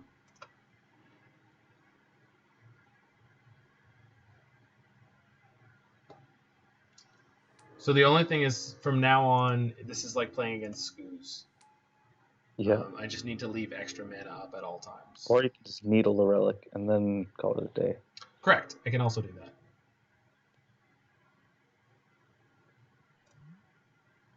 That does not kill me. This is fine. I think they just want to kill Saheeli. That's also fine. Yeah. Yeah, good call. Okay, I'm going to use this Bauble to draw an extra card now. I'm kind of interested in picking up mana. Also, Urza instantly wins the game. Force of Negation. Okay, good to know. Sure. Okay, Needle. Does this resolve? Target player exiles a card. Sure. I will exile my Saheeli, which I have no ability to recast.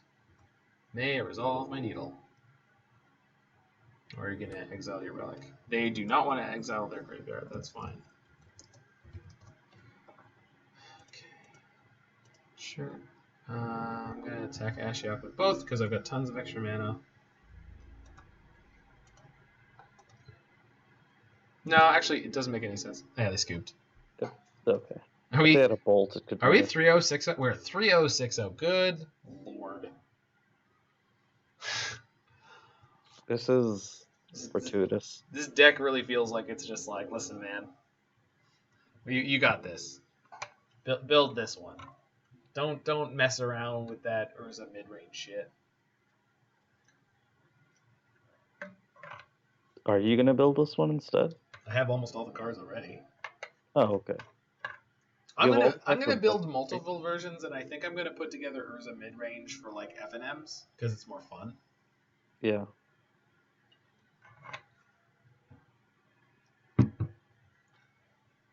But if I would ever play a tournament with the Urza deck, I think I'd probably want to play like a significant tournament, like a 1K, like the Sunday Showdowns. I think I'd want to play the best version, and I think Are Sunday Showdowns 1Ks? yeah, Oh, I didn't know. yeah. So the total pricing, it's like I think it's 400, 200, 100, 50, 50, 50. Yeah. Yeah, it's a 1K. Well, so when you're 9th through 12th, or if Oh, you're no. Yeah, it makes sense. X and 2, you get 25, and that's $100. Yeah. If you're 5th through 8th, you get 50. That's another $200 in the pot. No, top 8 itself contains... 8. 900? 900. So it's 400, 200, 200. So that's Yeah. no, that's sorry, 400, 800. 200, and then Two 100. 100s. Yeah, that's 800, and then the rest is another 200. So yeah. Yeah, exactly. Yep. Is this a keep? No. His hand does nothing.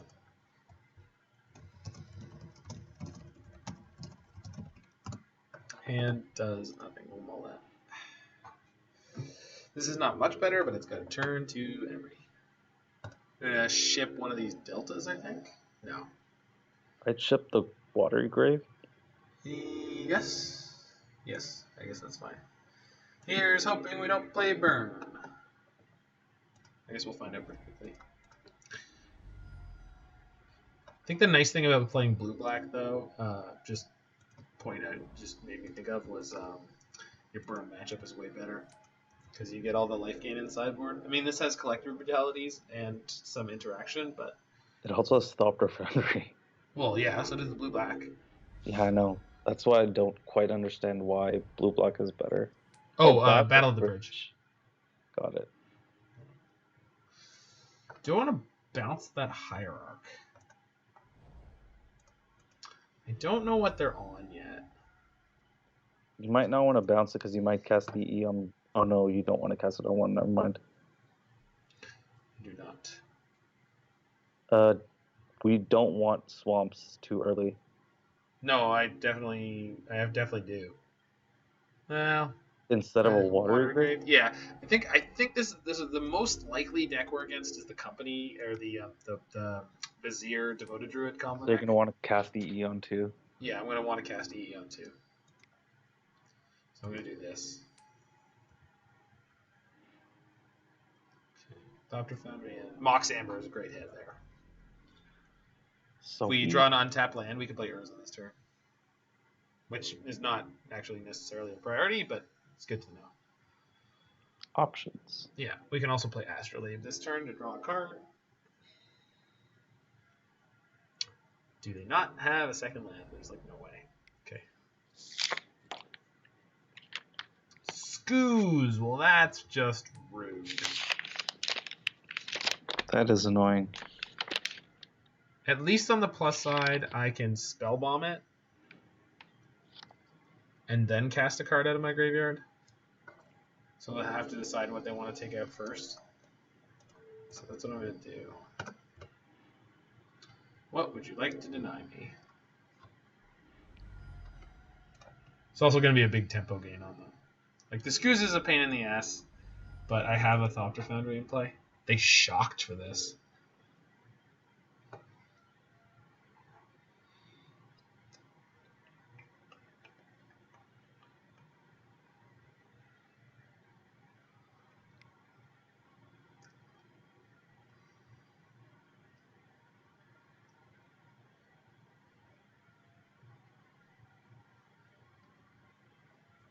They're really tanking on this. Thopter Foundry. Yep, that's a good choice. Unfortunately for them, that was like the last thing I was going to take right now. But so, do I want Mox Amber and just I rub it in their face? Well, I think you just want to play the Foundry, no? With the Mox Amber? Yeah. Yeah. Oh, because then I can play a top land and then I can play Urza next turn. Yep. Yep. This is how we do it. This also means I can EE on 2 and then crack it next turn. Although, Thopter Foundry in play, so. Yeah. I'm aware. I got there.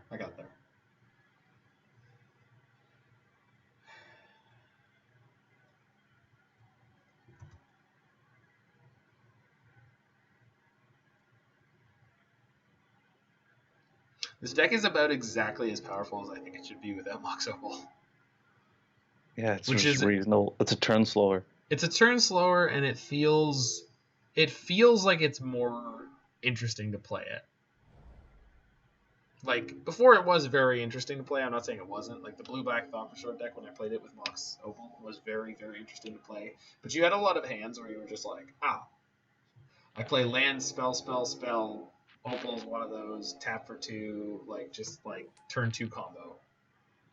Which is, Are they gonna remove both my Astrolabe and my Spellbomb? No, because they can just respond to me later, I think.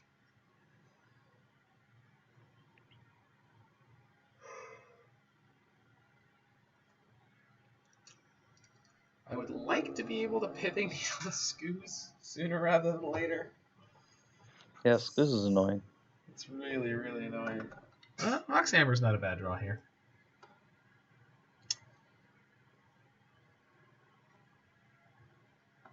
So I think I just jammed the Urza.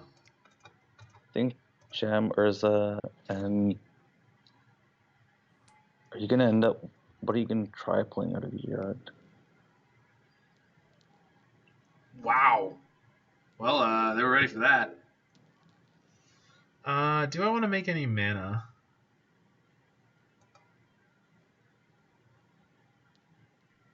Do you need black for anything? Do you want to cast the E on 2? I really do. This freaking Scoos is driving me up the wall. Okay, so yeah, you do. So you need mana. Well, I guess you need to tap the Foundry to filter it into black. Yeah. So tap Foundry, make a black mana. I still have a Mox Amber that taps for mana. So this can resolve now. Yeah. Okay, so I get a island. So here's the thing about this of EEing on 2 here. It kills the Foundry. It kills my Foundry, but it kills it the exact same moment it kills the Scoos. So it can't eat it. So it can't eat the Foundry, and then I can just replay it with Emry. So, I hate the way that the Moto interface works with this card. Oh boy. Yep. Jesus. It's because I didn't click on it first. Yeah. Yeah, and then they're going to exile this in response. Well, here's hoping a 5/5 construct has value here. Because we don't have anything else going on. Man, that's rough.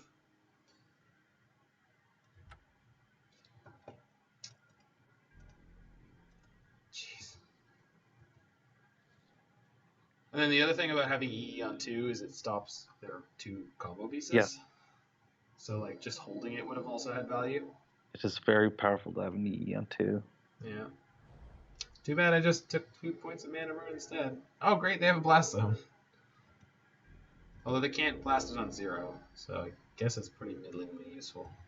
There was They 0 hit your creatures Astrolabe, in but yards. Yeah. I got my other Aether Spellbomb. Okay, so we're gonna attack for 5.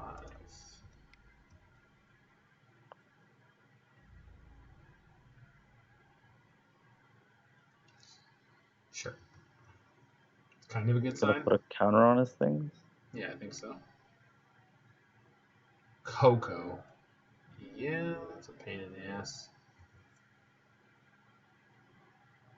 Jeez. Spike. Oh! Oh, they're playing this deck. Oh. Okay. This is just infinite life gain. Yes. Yes, You can it beat that. is. I think I just sit here. Can you cast EE this turn again? No, you can't. Yes, I can. Yes, I can. Yes, I can. But you need to crack the EE. Yes. Yeah, I'm good. I'm fine. Yep. Totally fine.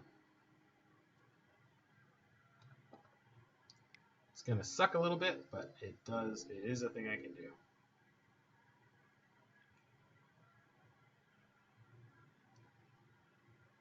I just don't see it. Okay. How much does it cost to crack? 2. Wait, how did I screw this up? I was looking at something where I had enough mana to do this. Yeah, I think you're just short 1 mana. I completely am. How did I see? I don't know what I'm doing wrong. My brain is just not firing properly right now. Well, you can play the Spellbomb after you're already gonna go I mean, I might as well. to try again next turn. No, I mean, There was a tempo gain, right? Yeah. If they don't go off infinitely, I can also start throwing some of my, like my Astrolabe into the Foundry for more damage. Top of their deck is Noble Hierarch. If they have Heliod here, though, they go infinite and gain infinite life. If they feel it, you're just dead. Well, the question is, can I beat infinite life the way my deck is set up? Well, the problem is they also get arbitrarily large. Not with Spike Feeder, right? No, like the Courser gets really big. No, it doesn't. Heliod puts one counter on one something. Oh, I see. Okay. Every life gain trigger event allows So Heliod to put gains a a lot of single life. +1/+1 counter on a single creature. Okay. Which in this case would be Spike Feeder.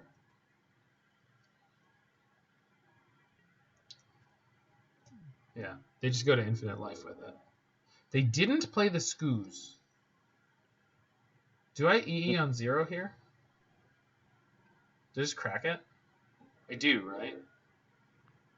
Well, is there end step? Sure. So you can just play it next turn. On 3 colors? On 3 colors? Yeah, this costs 3, this costs 3.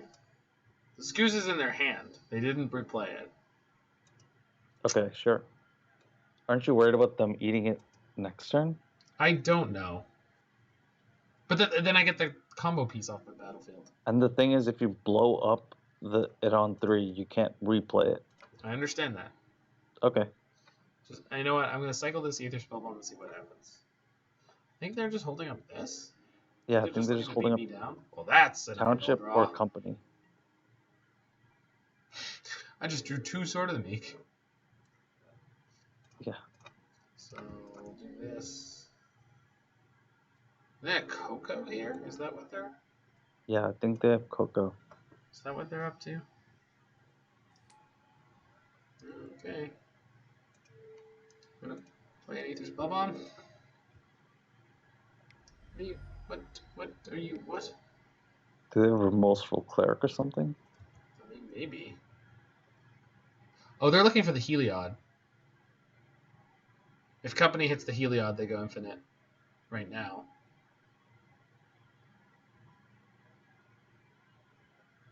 Shoot.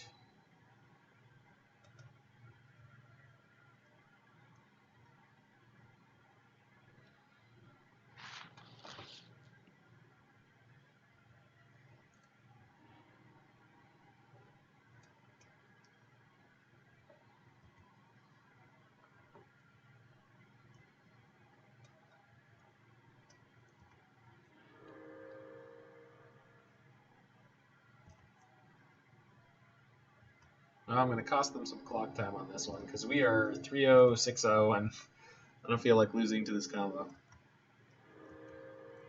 I'm not throwing down to you, Bad Sheep 37. Bad Sheep. That's right. I'm surprised it only has 1A. As am I.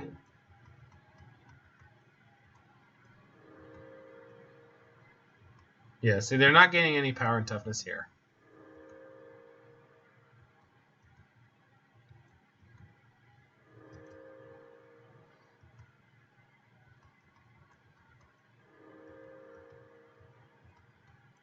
How much life do you want?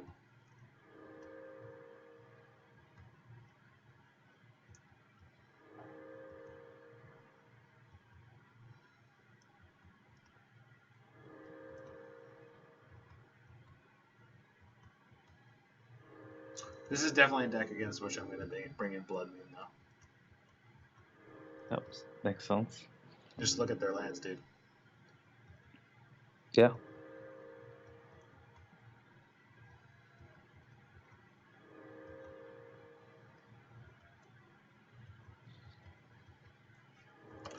Is there a pass until response? That doesn't help me here. Okay, they're fire and letting a resolve. Play their Spellbomb. Cool. If they bounce their Spike Feeder, they just play it again. I don't need to attack with the Construct anymore.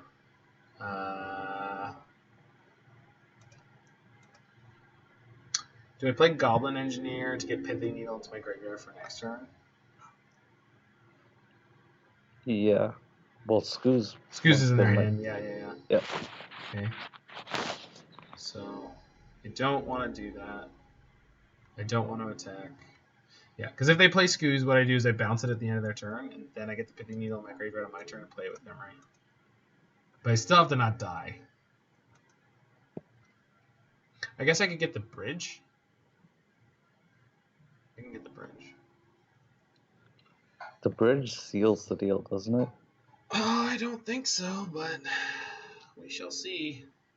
I guess it's going to take you longer to execute your combo. But not necessarily, not with Goblin Engineer and Emry in play. I don't understand why that speeds things up. It just gives me the ability to grind in theory. Like, to do stuff. Like, right now, the only thing they have that's drawing them cards are actually producing No, energy. I mean just like logistically, like you're going to have to click a lot more. Right, my combo's not infinite yet. I don't have an Urza. Yeah, exactly. But even once it is, they're going to gain life at a faster rate than you are going to. No, but I can Pithing Needle shut theirs off and then kill them. Okay. Like, no matter how much life they gain, I can just make more Thopters once they've stopped.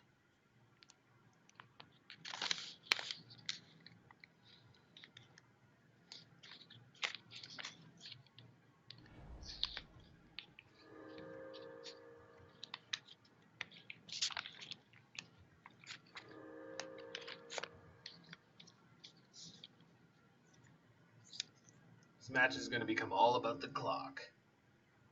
Yep. And unfortunately, there's 17 minutes left. Yep. It'll be a long night. Dear God. Well, if you want to tag out at any point, you just let me know.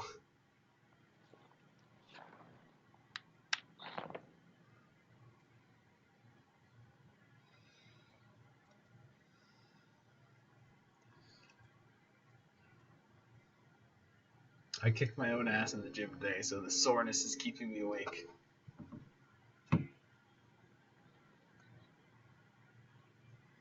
I'm not tired, I'm just hungry. Go get some food. I'll still be here when you get back. Yeah, that's true. With my opponent trying to figure out what the hell they're doing over there. Well, I'm going to run to the bathroom and be right back. Yeah? We'll be here. I feel like they're probably composing some epic rant.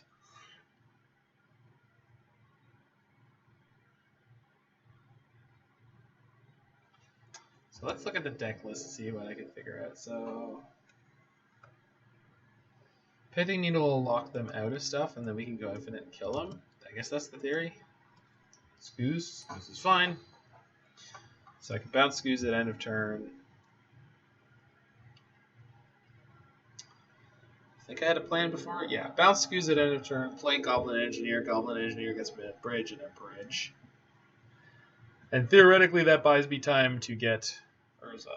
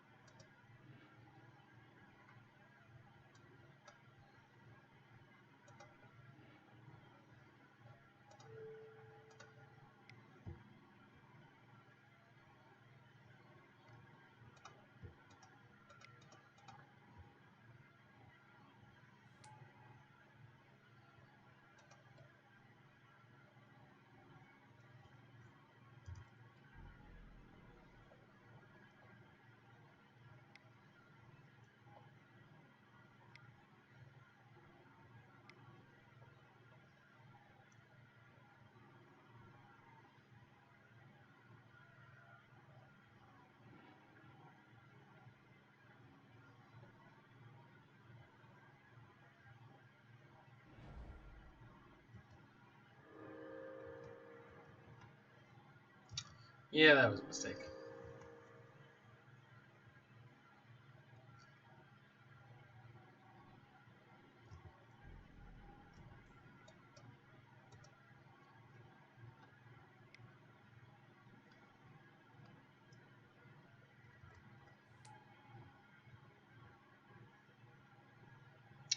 So they literally had the blast zone in play, and for some reason I just completely ignored that fact. That's alright. And I should have responded to the Scoos by making a Thopter. Second sword doesn't help anybody, but we're going to play it.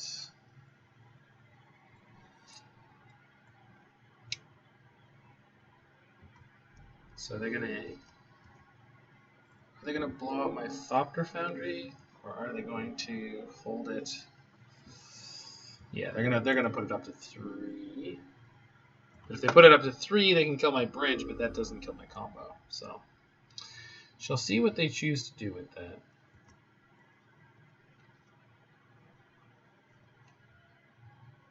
Do they crank again? No, they don't want to kill their Spike Thinkers.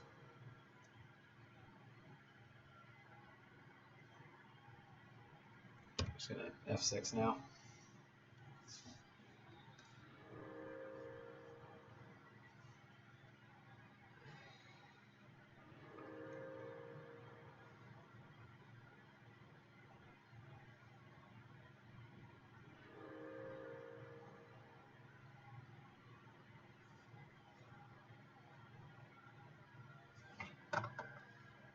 Wait, they're currently out of green.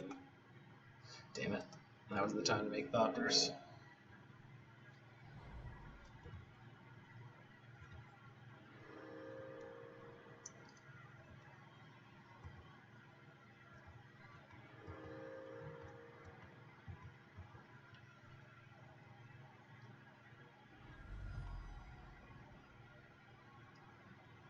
I'm going to yield to their triggers here.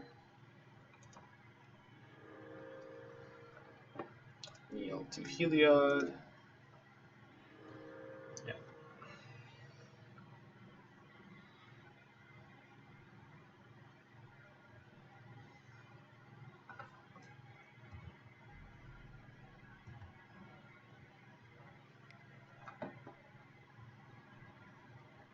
Voice? Sure, voice is fine.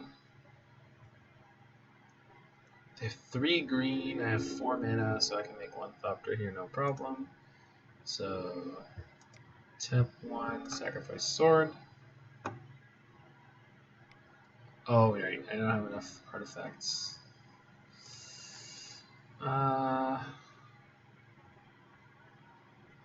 Is tapping them out right now relevant? I have 2 more green mana. And I have how many disposable artifacts? At least that many, so let's respond. Yeah, pay 1, sack this.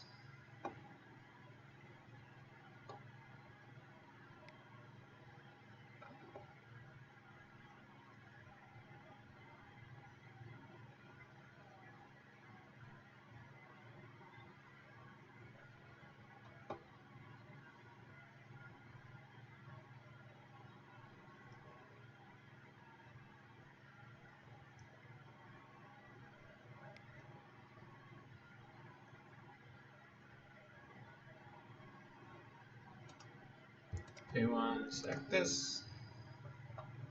Now I have 2 sword triggers. Pay 1, sack this. And now they're at a green. They could Ghost Quarter themselves. Sure, but that is only going to get 1 sword. So that's okay.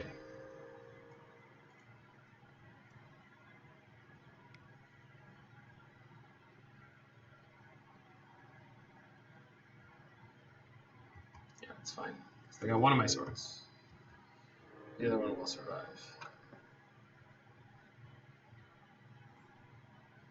I'm back. Hey, bud. They're Sad burning to brush my all their clock time here. I went to make a single sword at end of turn because I did the math and I was like, all right, I have enough artifacts that I can do this. And they'll tap themselves off green to try to fight me. Then they ghost quarter themselves to keep going. Weird. Yeah, but can you get the sweet Kraken for 3? So I realized that they're in a rock and a hard place because if they crank their blast zone to 3 to kill my bridge, they leave me with Thopter Sword. Yep. But all right, so they're completely off of green right now. So I can play my EE on 2, blow it, and then replay Thopter Foundry. So that's what we're going to do.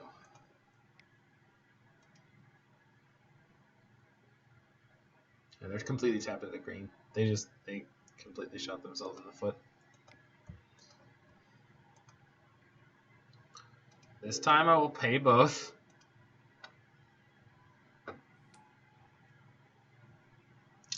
Don't have an Astrolabe in play, so I don't have red mana, but I do have a Pentad Prism, but I don't have black mana. Crap. Do I have enough? Tap 2, play the Prism, 2 mana. I do have enough. Okay. So play the Prism for 1 color. Use the Prism to make a red. Goblin Engineer is going to die to the EE on 2.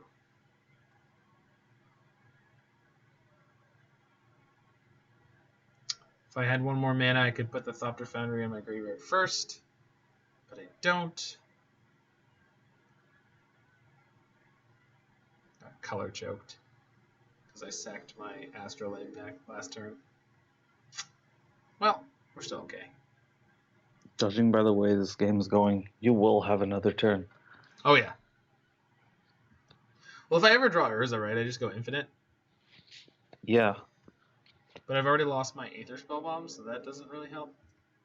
Canopy, they want their Knight of the Reliquary so that they can infinite.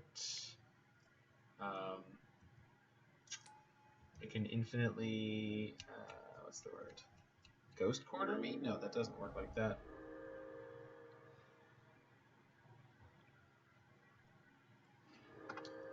I only have 1 green mana right now, and I have 2 mana, so I can make a Thopter here. Every time I get into one of these fights with them, they lose on clock, which it's a silly way to win a game. But you know what? I'm close to getting a 5-0 here. Well, I'm close to getting 4-0 here, so I'm gonna do it. Yeah. How many times do I have to teach you this lesson? Oh man. All right. Question is, so they're tapped off of green. So here's where I make my big move. I'm going to sack the Thopter Foundry now. We're at end step, and they're tapped off of green.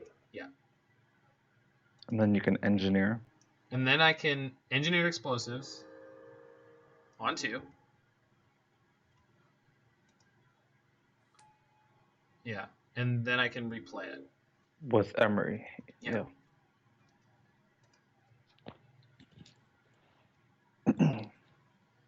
So, as much as it seems like a ridiculous statement, I outplayed them here.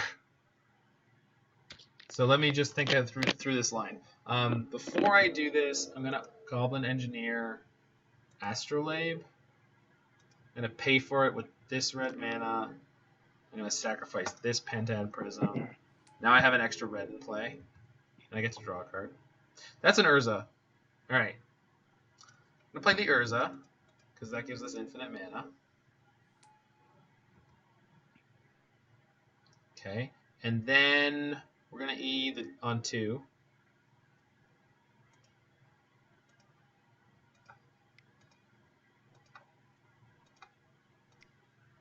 Set my E. Okay. The Scooz is gone. Voice of Resurgence is gone. Not that matters.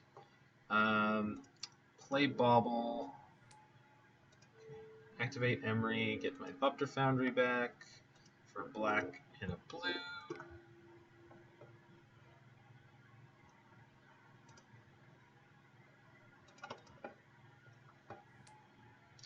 So I can go infinite here and then put out Pithing Needle.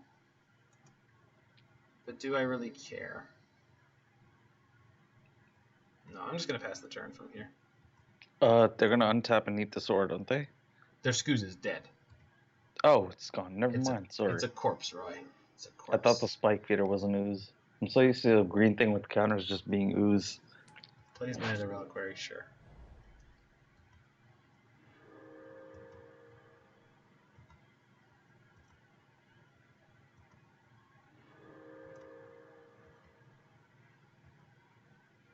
So all I have to do is turn off their infinite combo and then kill them.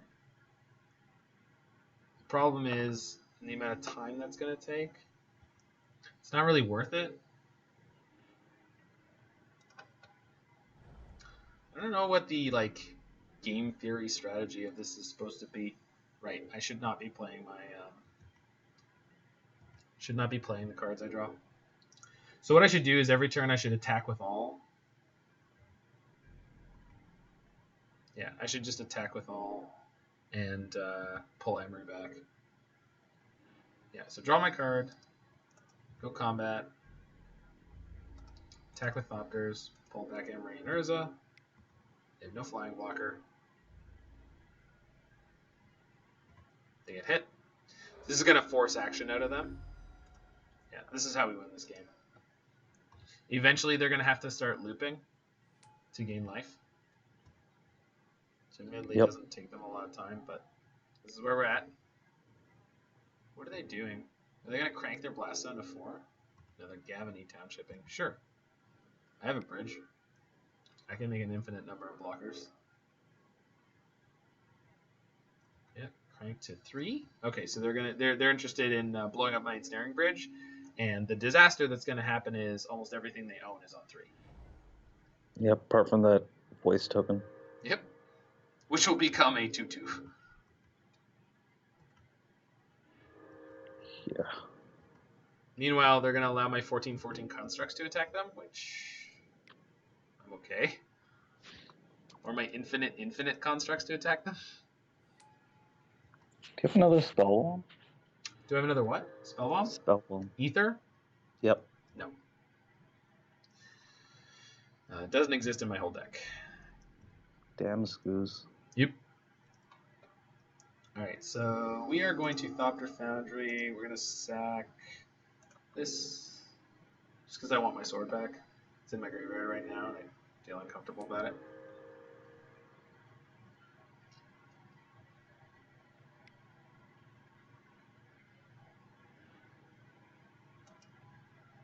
They're searching for a land. What land are they getting? Another blast zone? Bajuka Bog. Yeah. I mean that's cute, but I think I've already proven to you that I know how this works. Pay 1, sack a Bauble. I'll just get it back again, friend. This means I'm gonna lose the EE, which I don't want, but that's okay. I think there's only one EE in the deck, which is unfortunate. So I kind of wanted to kill my own bridge. Oh, I can kill my own bridge. I can just sack it and then just sack it. Yeah.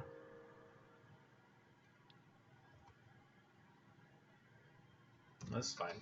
You just combo off as many times as you want in response to this. Alright, and then we'll take my turn. Yep, go to combat. Attack with all. I can do this all day, friend. I'm infinitely patient, and I have a wonderful Roy riding shotgun. Yep, we're in for the long haul. Oh yeah, we're gonna take this match 1-0. Like that's the plan here. I'm assuming they don't have any outs, and I know we don't have any. Sure, you wanna gain more life with your spike feeder combo? Just go to infinite, man. You're wasting more time on clock than we are. All I have to do every turn is just attack you. They have so many triggers. Yep.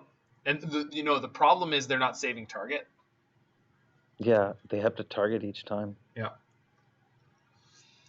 And if they ever blow up their blast zone, it's going to kill like all their creatures. Yeah. The only things that will live are a Heliod, and then they'll have a Summoning Sick Kitchen Finks and an Elemental. Yeah. Are they popping the Blast Zone now? They are. All right. I wonder if they realized how many of their creatures they were about to lose. I'm going to attack them back for so much here. I'm going to pull off my stop for a second here. They have another Spike Feeder. That's fine. I wonder if they only play the one Blast Zone. Be interesting to find out. I hope we never find out.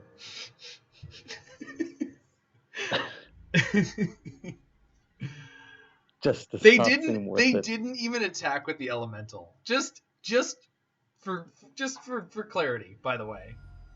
They didn't even attack with the elemental now that they have the chance. They play this sweet ass Saheeli.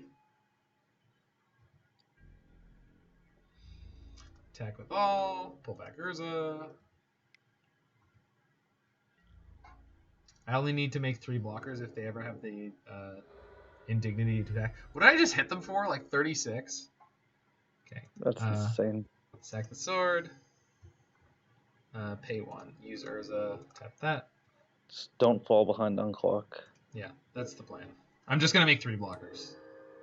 Actually, I only need 1. Yes. I only need to block the elemental. And then they're going to need to gain a bunch of life if they attack with all. Collected Company. Sure. What more can you do? You got Voice of Resurgence? Sure. They have around 6 minutes left? Yeah, they have 6 minutes. I have 8:20.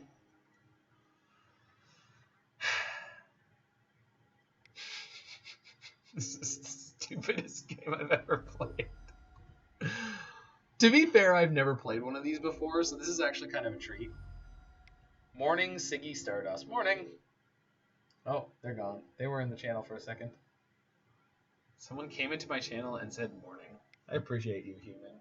Wherever you are, if you ever watch this, I'm glad you said good morning to me. Well, not good. You just said it was morning. Which, depending on where you are, I'm sure is delightful. Attacks with Heliod. You know what? I'll take the hit.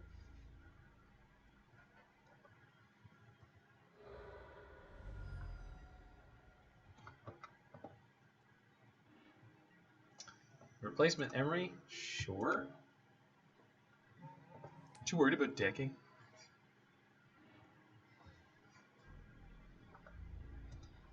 Attack with all, pull back the Urza, pass the turn.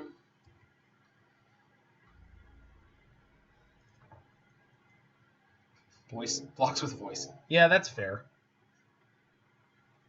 8, 9, 10 plus 15. So, yeah.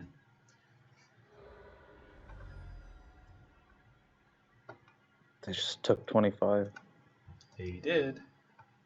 Play Astrolabe, draw a card, make a servo. This is actually one of the most efficient ways to put out a blocker. Play Scalding Tarn. Okay.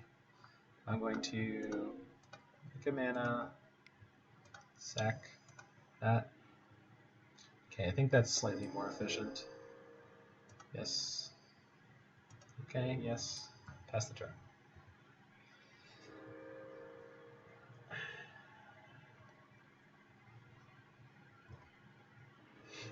They've decided to gain life. Sure.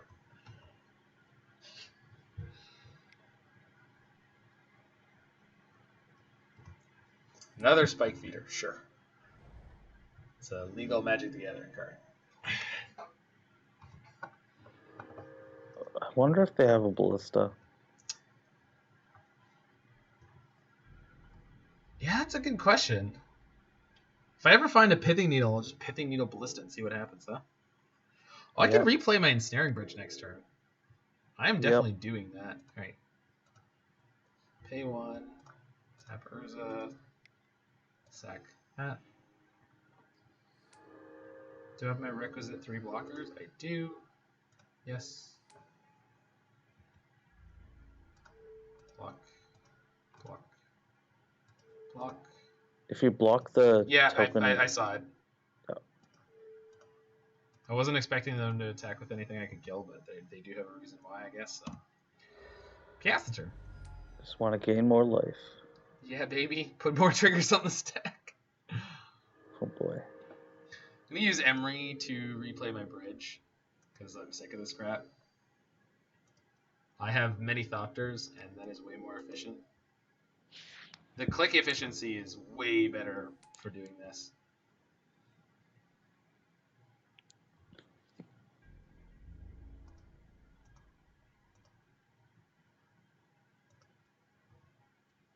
Sorry, Urza, you don't get your hands dirty. Don't soil those artificing hands. That's right.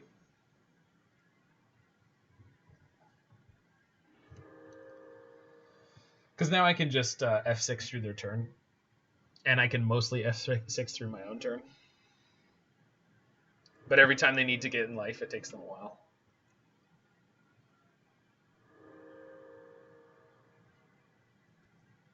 They can save targets. I don't think they're doing it. No, they must be. This is just how long it takes to activate Spike Feeder. I'm sure Heliod is a May for no good reason. No, it's put. Okay. You can no longer attack, friend. I have taken away that power.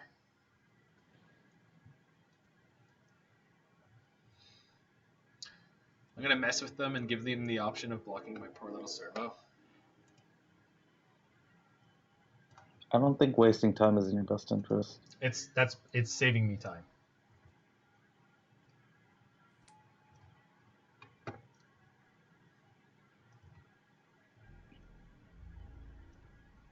Oh crap. Missed my attack. Alright, that's fine. We're ahead by 2.5 minutes and they are screwed. They've got a path on top of their deck. Well, that will kill my Urza. But will it matter? I don't think so.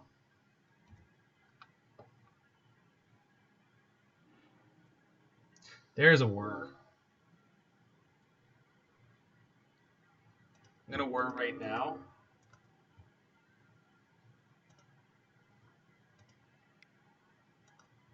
Pretty sure they're just going to let it resolve.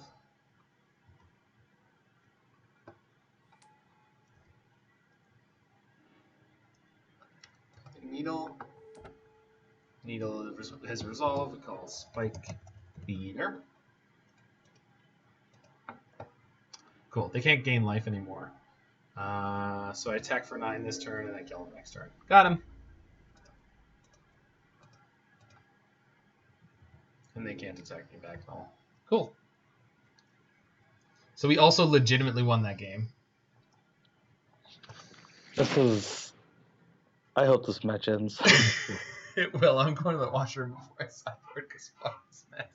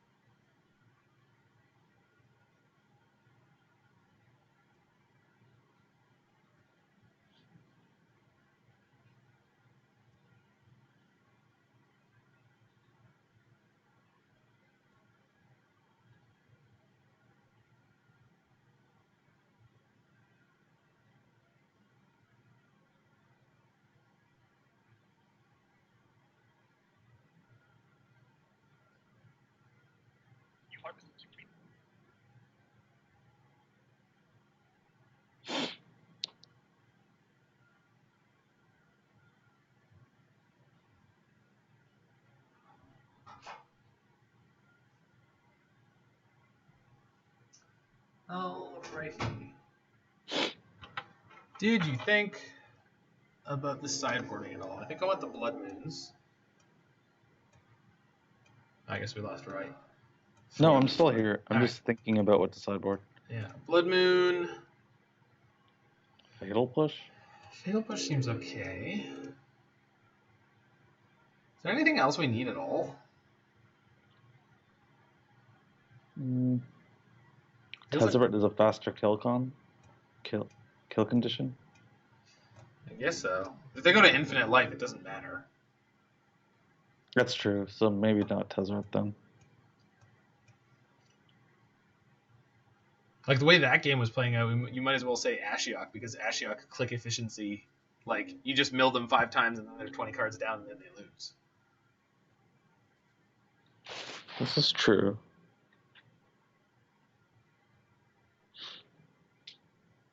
What are we cutting?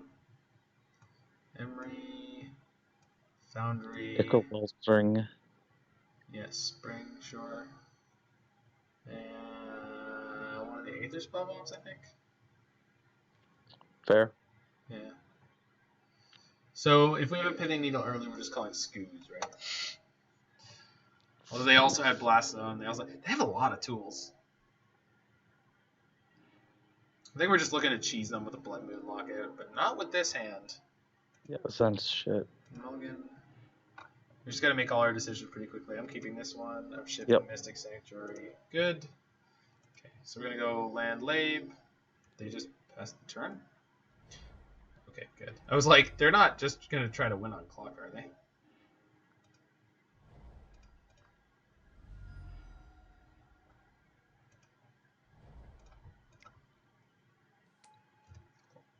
Draw. Hey, we might cheese them out. Might be a quick one. Okay. Yeah. So, Island, I don't want to give up the game. I'm going to play the Emry like I don't have anything to do here.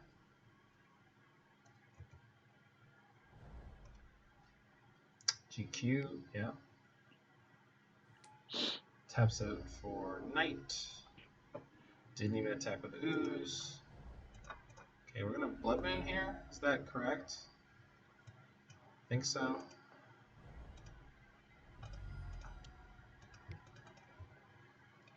So they're stuck.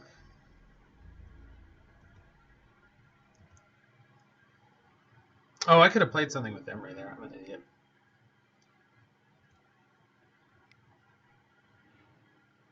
They're going to 4-mana something with red? Oh, right. No. They don't actually care about the red.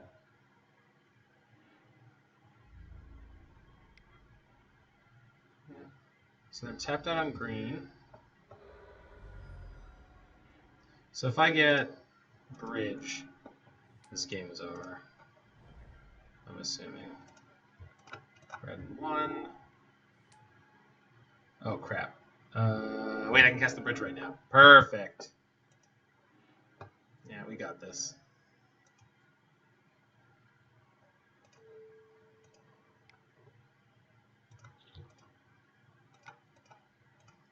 I thought Prison was dead, nerds. Oh boy. What? 2 amazing cards on the battlefield at the same time. Talking Blood Moon and Ensnaring Bridge. Oh no! What are they gonna kill though? Rocking a hard place here. They killed the bridge. Oh wow, they actually killed the bridge. Yeah.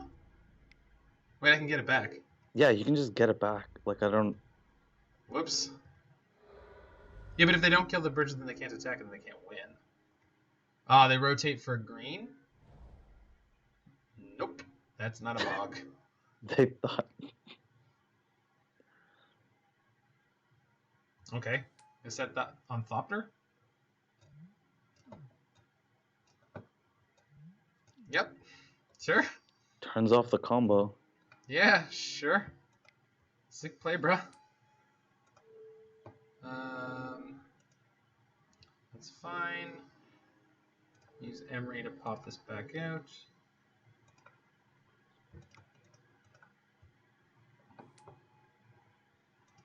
And then I can engineer it back out again if I need to.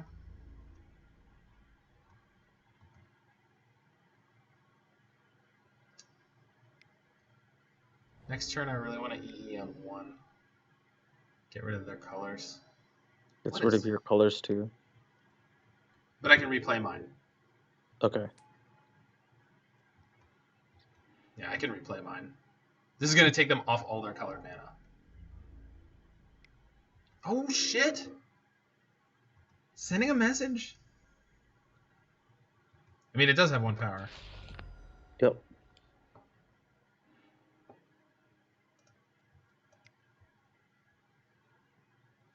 X is 1. Okay. Activate. Use Emry to replay Astrolabe. I can't do that right now. It's okay. Doesn't matter. You can play the Mox Amber. No, hold on. I can use Engineer to rotate the other Astrolabe out by sacking.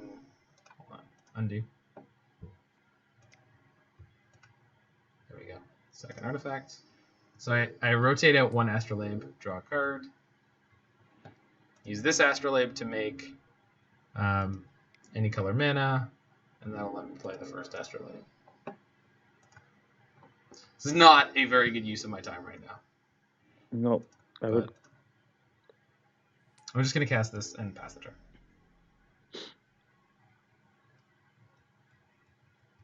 They're locked out of colors. Oh, but I have a lot of cards in hand. Black. Want to kill... I think you just need to cast it on the Scoos. Yeah. And then I take 6. Which is not legal, thank God. Almost horribly screwed that up. Almost just killed myself because I'm trying to play quickly. Not that it's going to matter. They'd have 30 seconds for the last game anyway, but... So Prism, yes. So I just need to play out my hand. So I'm going to do that. Hold on. Make a mana. Play Mox Amber. Cast it. Keep the untapped one. Red and 1, Goblin Engineer. Do I want to search? No. Play Emry. Keep this Emry. Okay. And red and 1. Just get empty-handed on general principles here. It also increases the maximum number of blockers. So, pass the turn back. Good luck. Even if you have a way to kill it with only white mana, I can also just pop my bridge back out. Because they can't exile it. Heliod. Sure. Is there anything in my graveyard? Nope. I don't think you should be... Yeah. No, I just... If they have a Walking Ballista and I had a Pithing Needle in my graveyard, like, I don't even think they can kill me with an infinite combo in the seconds they have left. I think I saw them with 3 seconds on clock a moment ago. So even with a Ballista, I don't think they can activate it enough times. So, yeah. That was a nutty match.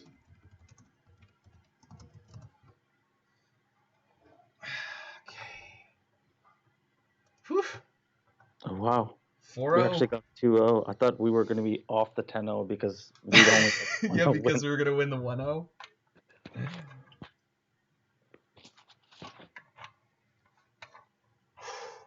So the Niv League, by the way, was like already long, and then this one is being like, oh my god, so obnoxious. This one... Yeah. We got one more. Let's make a bunch of misplays and win anyway. Let's go get a trophy. That seems to be the theme. Be my second trophy if we get this one, so that'd be neat.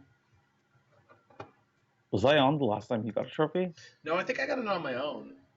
I think you were on right after. I think the first time you streamed with me was like 1 or 2 days after I got my first trophy, which was on 5-color Niv. Look, because I thought you also won 5-0 while I was on. No, I don't think so. Okay. I'm mostly 3-2. I sometimes 4-1. I sometimes 2-3. And very occasionally, if I'm playing a deck that I don't really care for, I'll O5. Oh Freaking boy. Lotus Field. Oh yeah, Lotus Field was great.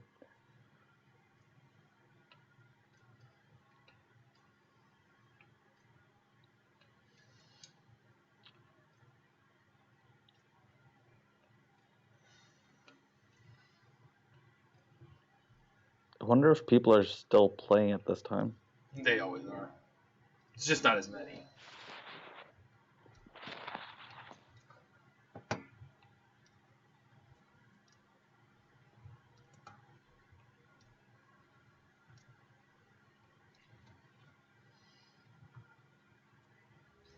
Here we go. Don't get eliminated. On the die roll, would I like to play? Yes, please. Great hand. Keep it. So this is turn 2 Emry, could be turn 3 Urza. Yep. This is looking good. Mm-hmm. Let's hope it stays that way. Against Fumikin _, who is elected not to play a land drop on their first main phase.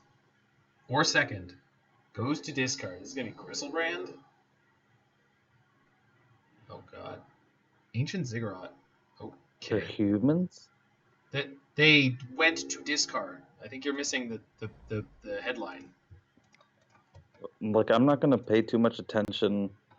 No, I mean, yes, to that. they're probably humans. Although this doesn't normally show up in humans actually anymore. Oh, maybe it's slivers then. Yeah, could be slivers. Did you see that there was a league I was playing? I took screenshots of it. The guy playing the crazy Morophon the Boundless combo deck. I didn't see it, but you told me about it. Cloud Thresher Sliver did you in? It was not Cloud Thresher. It's the Not one that's Cloud- Sky Knight Legionnaire. Yeah, that one. I don't. Did they just clicked through their first turn? Okay, that's a shame. What are they gonna draw? Because this is for my 5-0.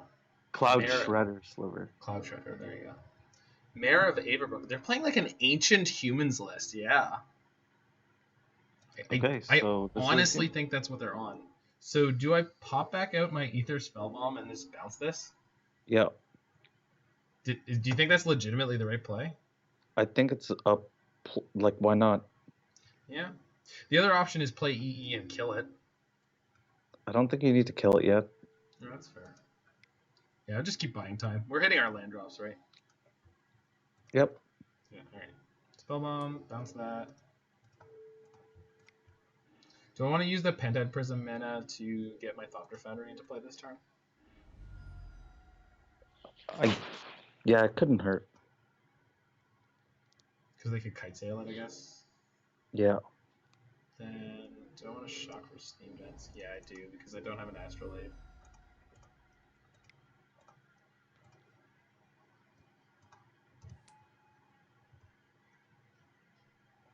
Yeah, they kite sail me right now. It doesn't matter because I just pop out my Spellbomb. Bounce their kite sail. Champion. Yep. Oh, now I EE on one. Now you EE on one. Well, this couldn't have gone better.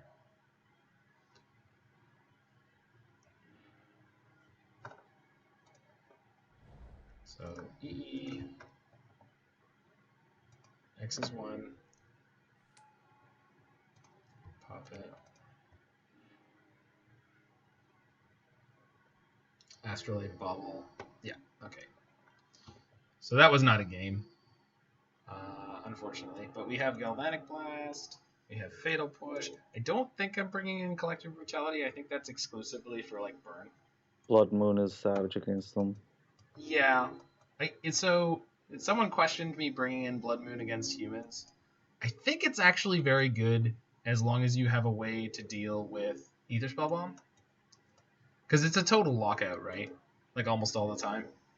Yeah. The flip side of that is you are sacrificing, like, cards that do something in your deck. So Pithing Needle's not great. I'll keep one for Aether Spellbomb, not Aether Vial.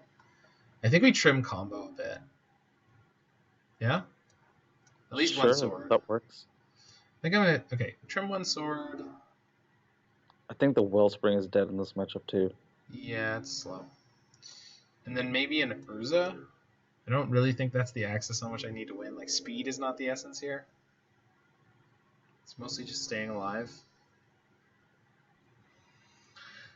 On Urza. Galvanic Blast probably is not as good as you think it is. It's very, very, very good. It's just having it on turn 1 is so huge. Okay. Having a second piece of removal against Kitesail, it's just having as much cheap removal as possible is a pretty big deal. Makes sense. Yeah, it's not that I think Galvanic combo, maybe an Engineer. Yeah, that's what I'm thinking. I'm thinking an Emry instead. Because Engineer tutors, they don't have a lot of ways to kill it. But you need to make one more cut. Yeah, I know. Probably one Foundry. I think I'm happy with this. We'll try it this way, see how it feels. Generally shaved on combo and engine a little bit for interaction, which seems like it makes sense. Okay, we're on the draw, so we want to mulligan 2 hands with interaction. This doesn't have interaction. They mulled to 6, though. I think I'll keep it against a 6. Because this is Aether Spellbomb loop. I guess it buys some time. Yeah. Well, they mulled to 5. I think we're going to get a very, very quick win here. I think they're super tilted for whatever reason. I'm not saying that humans can't win on 5 against this deck. They absolutely can. But the way they played that last game, I'm not sure. Territory, sure. No 1-drop. I guess that makes sense. So that's like ideal for us to see with this hand. Yep. It's as slow as this hand. Yep. What do we want? Like Mox Thalia's Amber? Lieutenant? No, it's going to be Kitesail? Kitesail Thalia can't take... would be annoying. Thalia's Lieutenant is fine. It's a good draw. So, snow covered. Yeah. Play the Emry, pass the turn. Now, this is like an ideal draw for us to see out of them because we can just push that. Yeah. I also got a Pentad Prism into our graveyard there. And an Astrolabe. Like, this is going to be Kitesail. Yeah, that's fine though. So they're going to take our push, but then we bounce the Kitesail. Bounce the Kitesail and then push the Lieutenant. So we're just going to basically have them... And then play Astrolabe or Spellbomb? Yeah, I think it's going to be Astrolabe. Yep.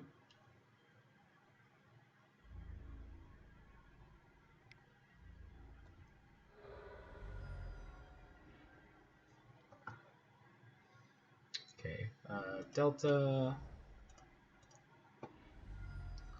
Tempted to fetch a swamp, but I don't think this game's going to be about Blood Moon. So I'm going to get the island. Well, if you have Astrolabe, it doesn't really matter. Exactly. Can I get the island? Is this going to screw me up? Oh, okay, so we bounce their guy.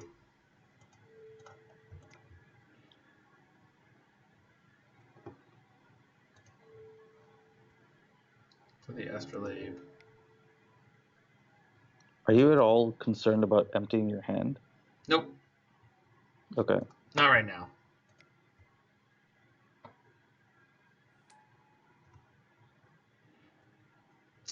Cool. And then, do I pass the turn back to them? Yeah, I think so. I think this gives them more of an opportunity to make a mistake.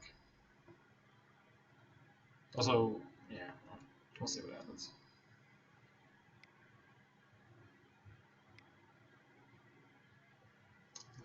Deputy or Reflector Mage?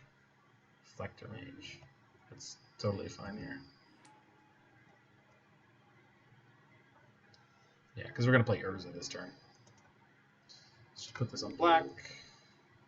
Play 1. That. Put that there. Get out of here.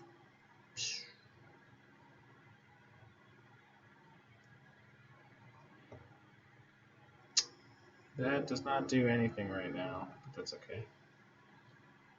Ups my artifact count. So gonna shock this Watery Grave? Yeah, because then next turn I can put push on top of my deck. So play Urza.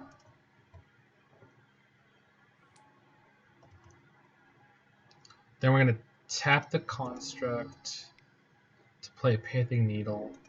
We'll call Aether Vial because it's like their only thing. You could have just cast the Astrolabe, but sure. No, I couldn't, but I'm about to. Oh, yes, I could, but I'm doing it this way instead. I'm still casting the Astrolabe, dude. Yeah, okay. Yeah, that works. Yeah, I'm still casting the Astrolabe. Because the Pithing Needle cost me 0. Cast the Astrolabe, and then... Oh, and then cast the... No, I can't play the Emry. I can't play that Emry either. Please Kitesail me. I have 4 cards in hand, and they're all delicious. Sure you want all of them. And then on my turn, I go spin, and then play Mystic Sanctuary. No, I go spin, Emry, Mystic Sanctuary, in that order.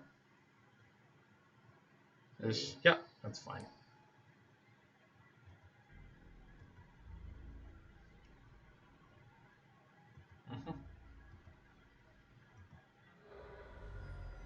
So spin, Emry, Mystic Sanctuary. Okay. Tap this. Tap this. 1, 2, 3. And then if this exiles something that draws a card, we are very, very happy. It did. Okay, so spin, Emry.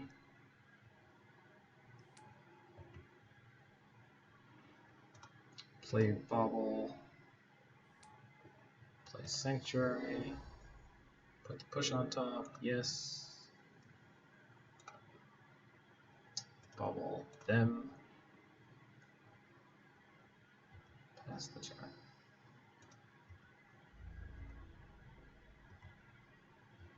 Now the one thing is I don't have Revolt, but I don't think that's going to be terribly huge of a deal right here. I think playing the fetch line would have been... Well, I had the Sanctuary in my hand. I couldn't. I only have one in the deck. Oh, I see. Okay. So this is Kitesail. Kitesail's fine. I'm going to push the Kitesail in response, I guess. No, hold on. I have an Aether Spellbomb in my graveyard. This is fine. So they're going to take the Fatal Push, but then I'm going to bounce it next turn and then push the Mantis Rider. This is coming together well. Well, they multiply. Yeah. Well, that's a big play. Not big enough, but that is... It means I'm taking 4 here, so it's getting a little dicey. I just have an unbelievable amount of mana. It's just... Urza is such a house. I freaking love this card. That's really good. Yeah. So, Sanctuary... Or, sorry, Rainforest. Okay. So, Emry gets Aether Spellbomb.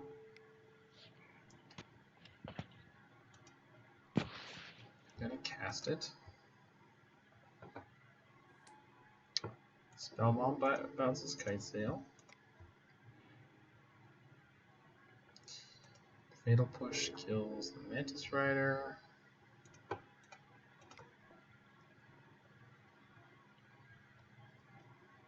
Which is their only flyer. Good. Do I play the second Emry? I think I'm going to spin Urza first.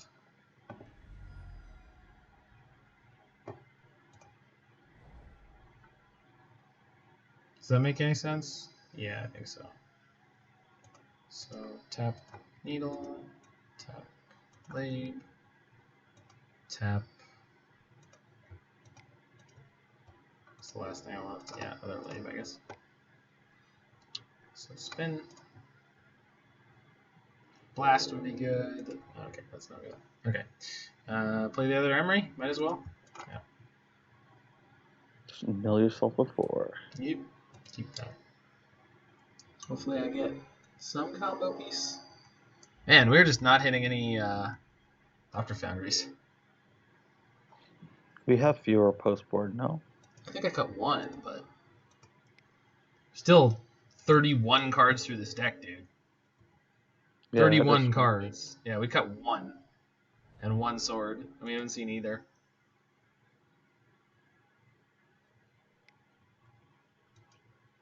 But, champion, sure. It's not going to make you guys big enough. Kessig Malcontents? Please no. But they don't have enough mana for that. Okay, let your trigger resolve. There we go. Kite Sail? Yeah, Kite Sail. That's also fine.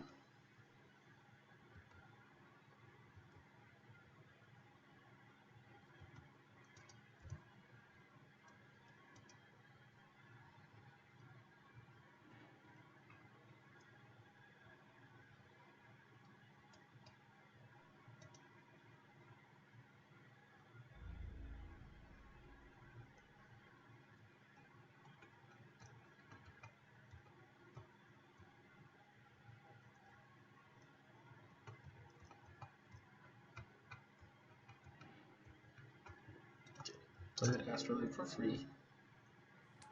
Draw a card. Haha! Okay, I'm gonna play Steam Vents, then Bridge.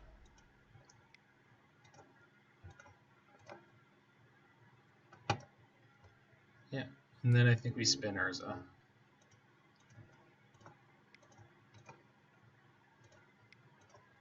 And I can still play Aether Spellbomb out of my graveyard. Does Ensnaring Bridge have that stupid text? It does not. No, it does not. Good. Just, I've played with the card before, but I don't think I've ever played with Urza and it. I guess this costs 0.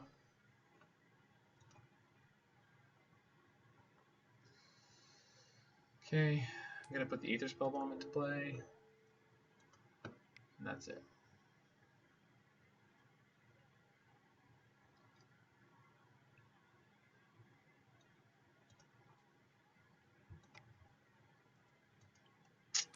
Alright, and I think we're up to double spin next turn.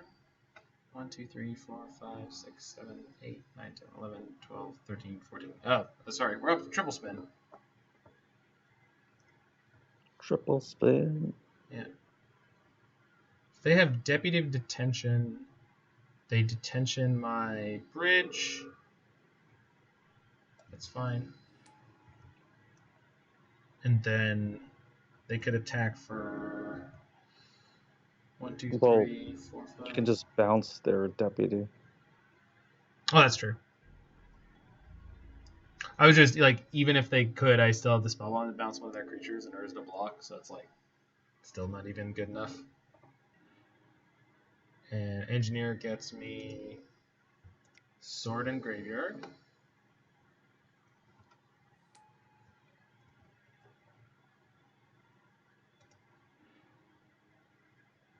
Don't you want the Foundry in your yard right now? Well, I guess it doesn't matter. It doesn't really matter now. I'm gonna fetch to 6. It's a little risky, but whatever. Oh, there's a Thalia in play. How does that work with Urza? I'm gonna have to pay 1 for each one? I think that's okay. That's only if I hit something I want to cast.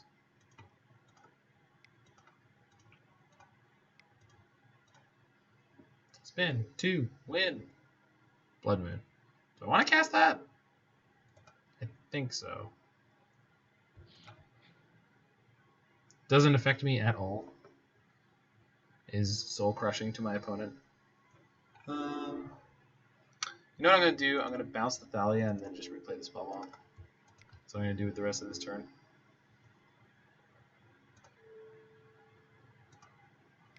Is there any merit to bouncing your Urza next turn? What, for another Construct? Yeah. Not really. The way I'm planning on winning this game is finally hit the combo, go infinite, attack them under the bridge. So, because that just costs me 4 mana on the next turn, right? Puts a Construct into play that I can't attack. It's true. Yeah. Like I don't see a lot of value in that.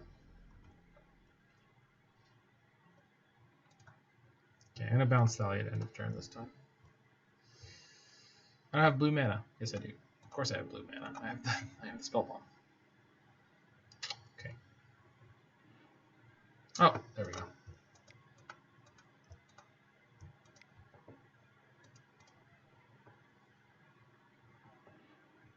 We did it. Sweet. So tap, Spellbomb, sacrifice it. So we'll see if they scoop to this deterministically, but I'm assuming that they won't. But that's fine because it's not going to take too long. Choose target creature you control. What the hell? Oh no, that's not what I wanted. Okay. Tap and untap artifact. That one. Cool. Foundry. Sacrifice an artifact. That one. Okay. Always yield.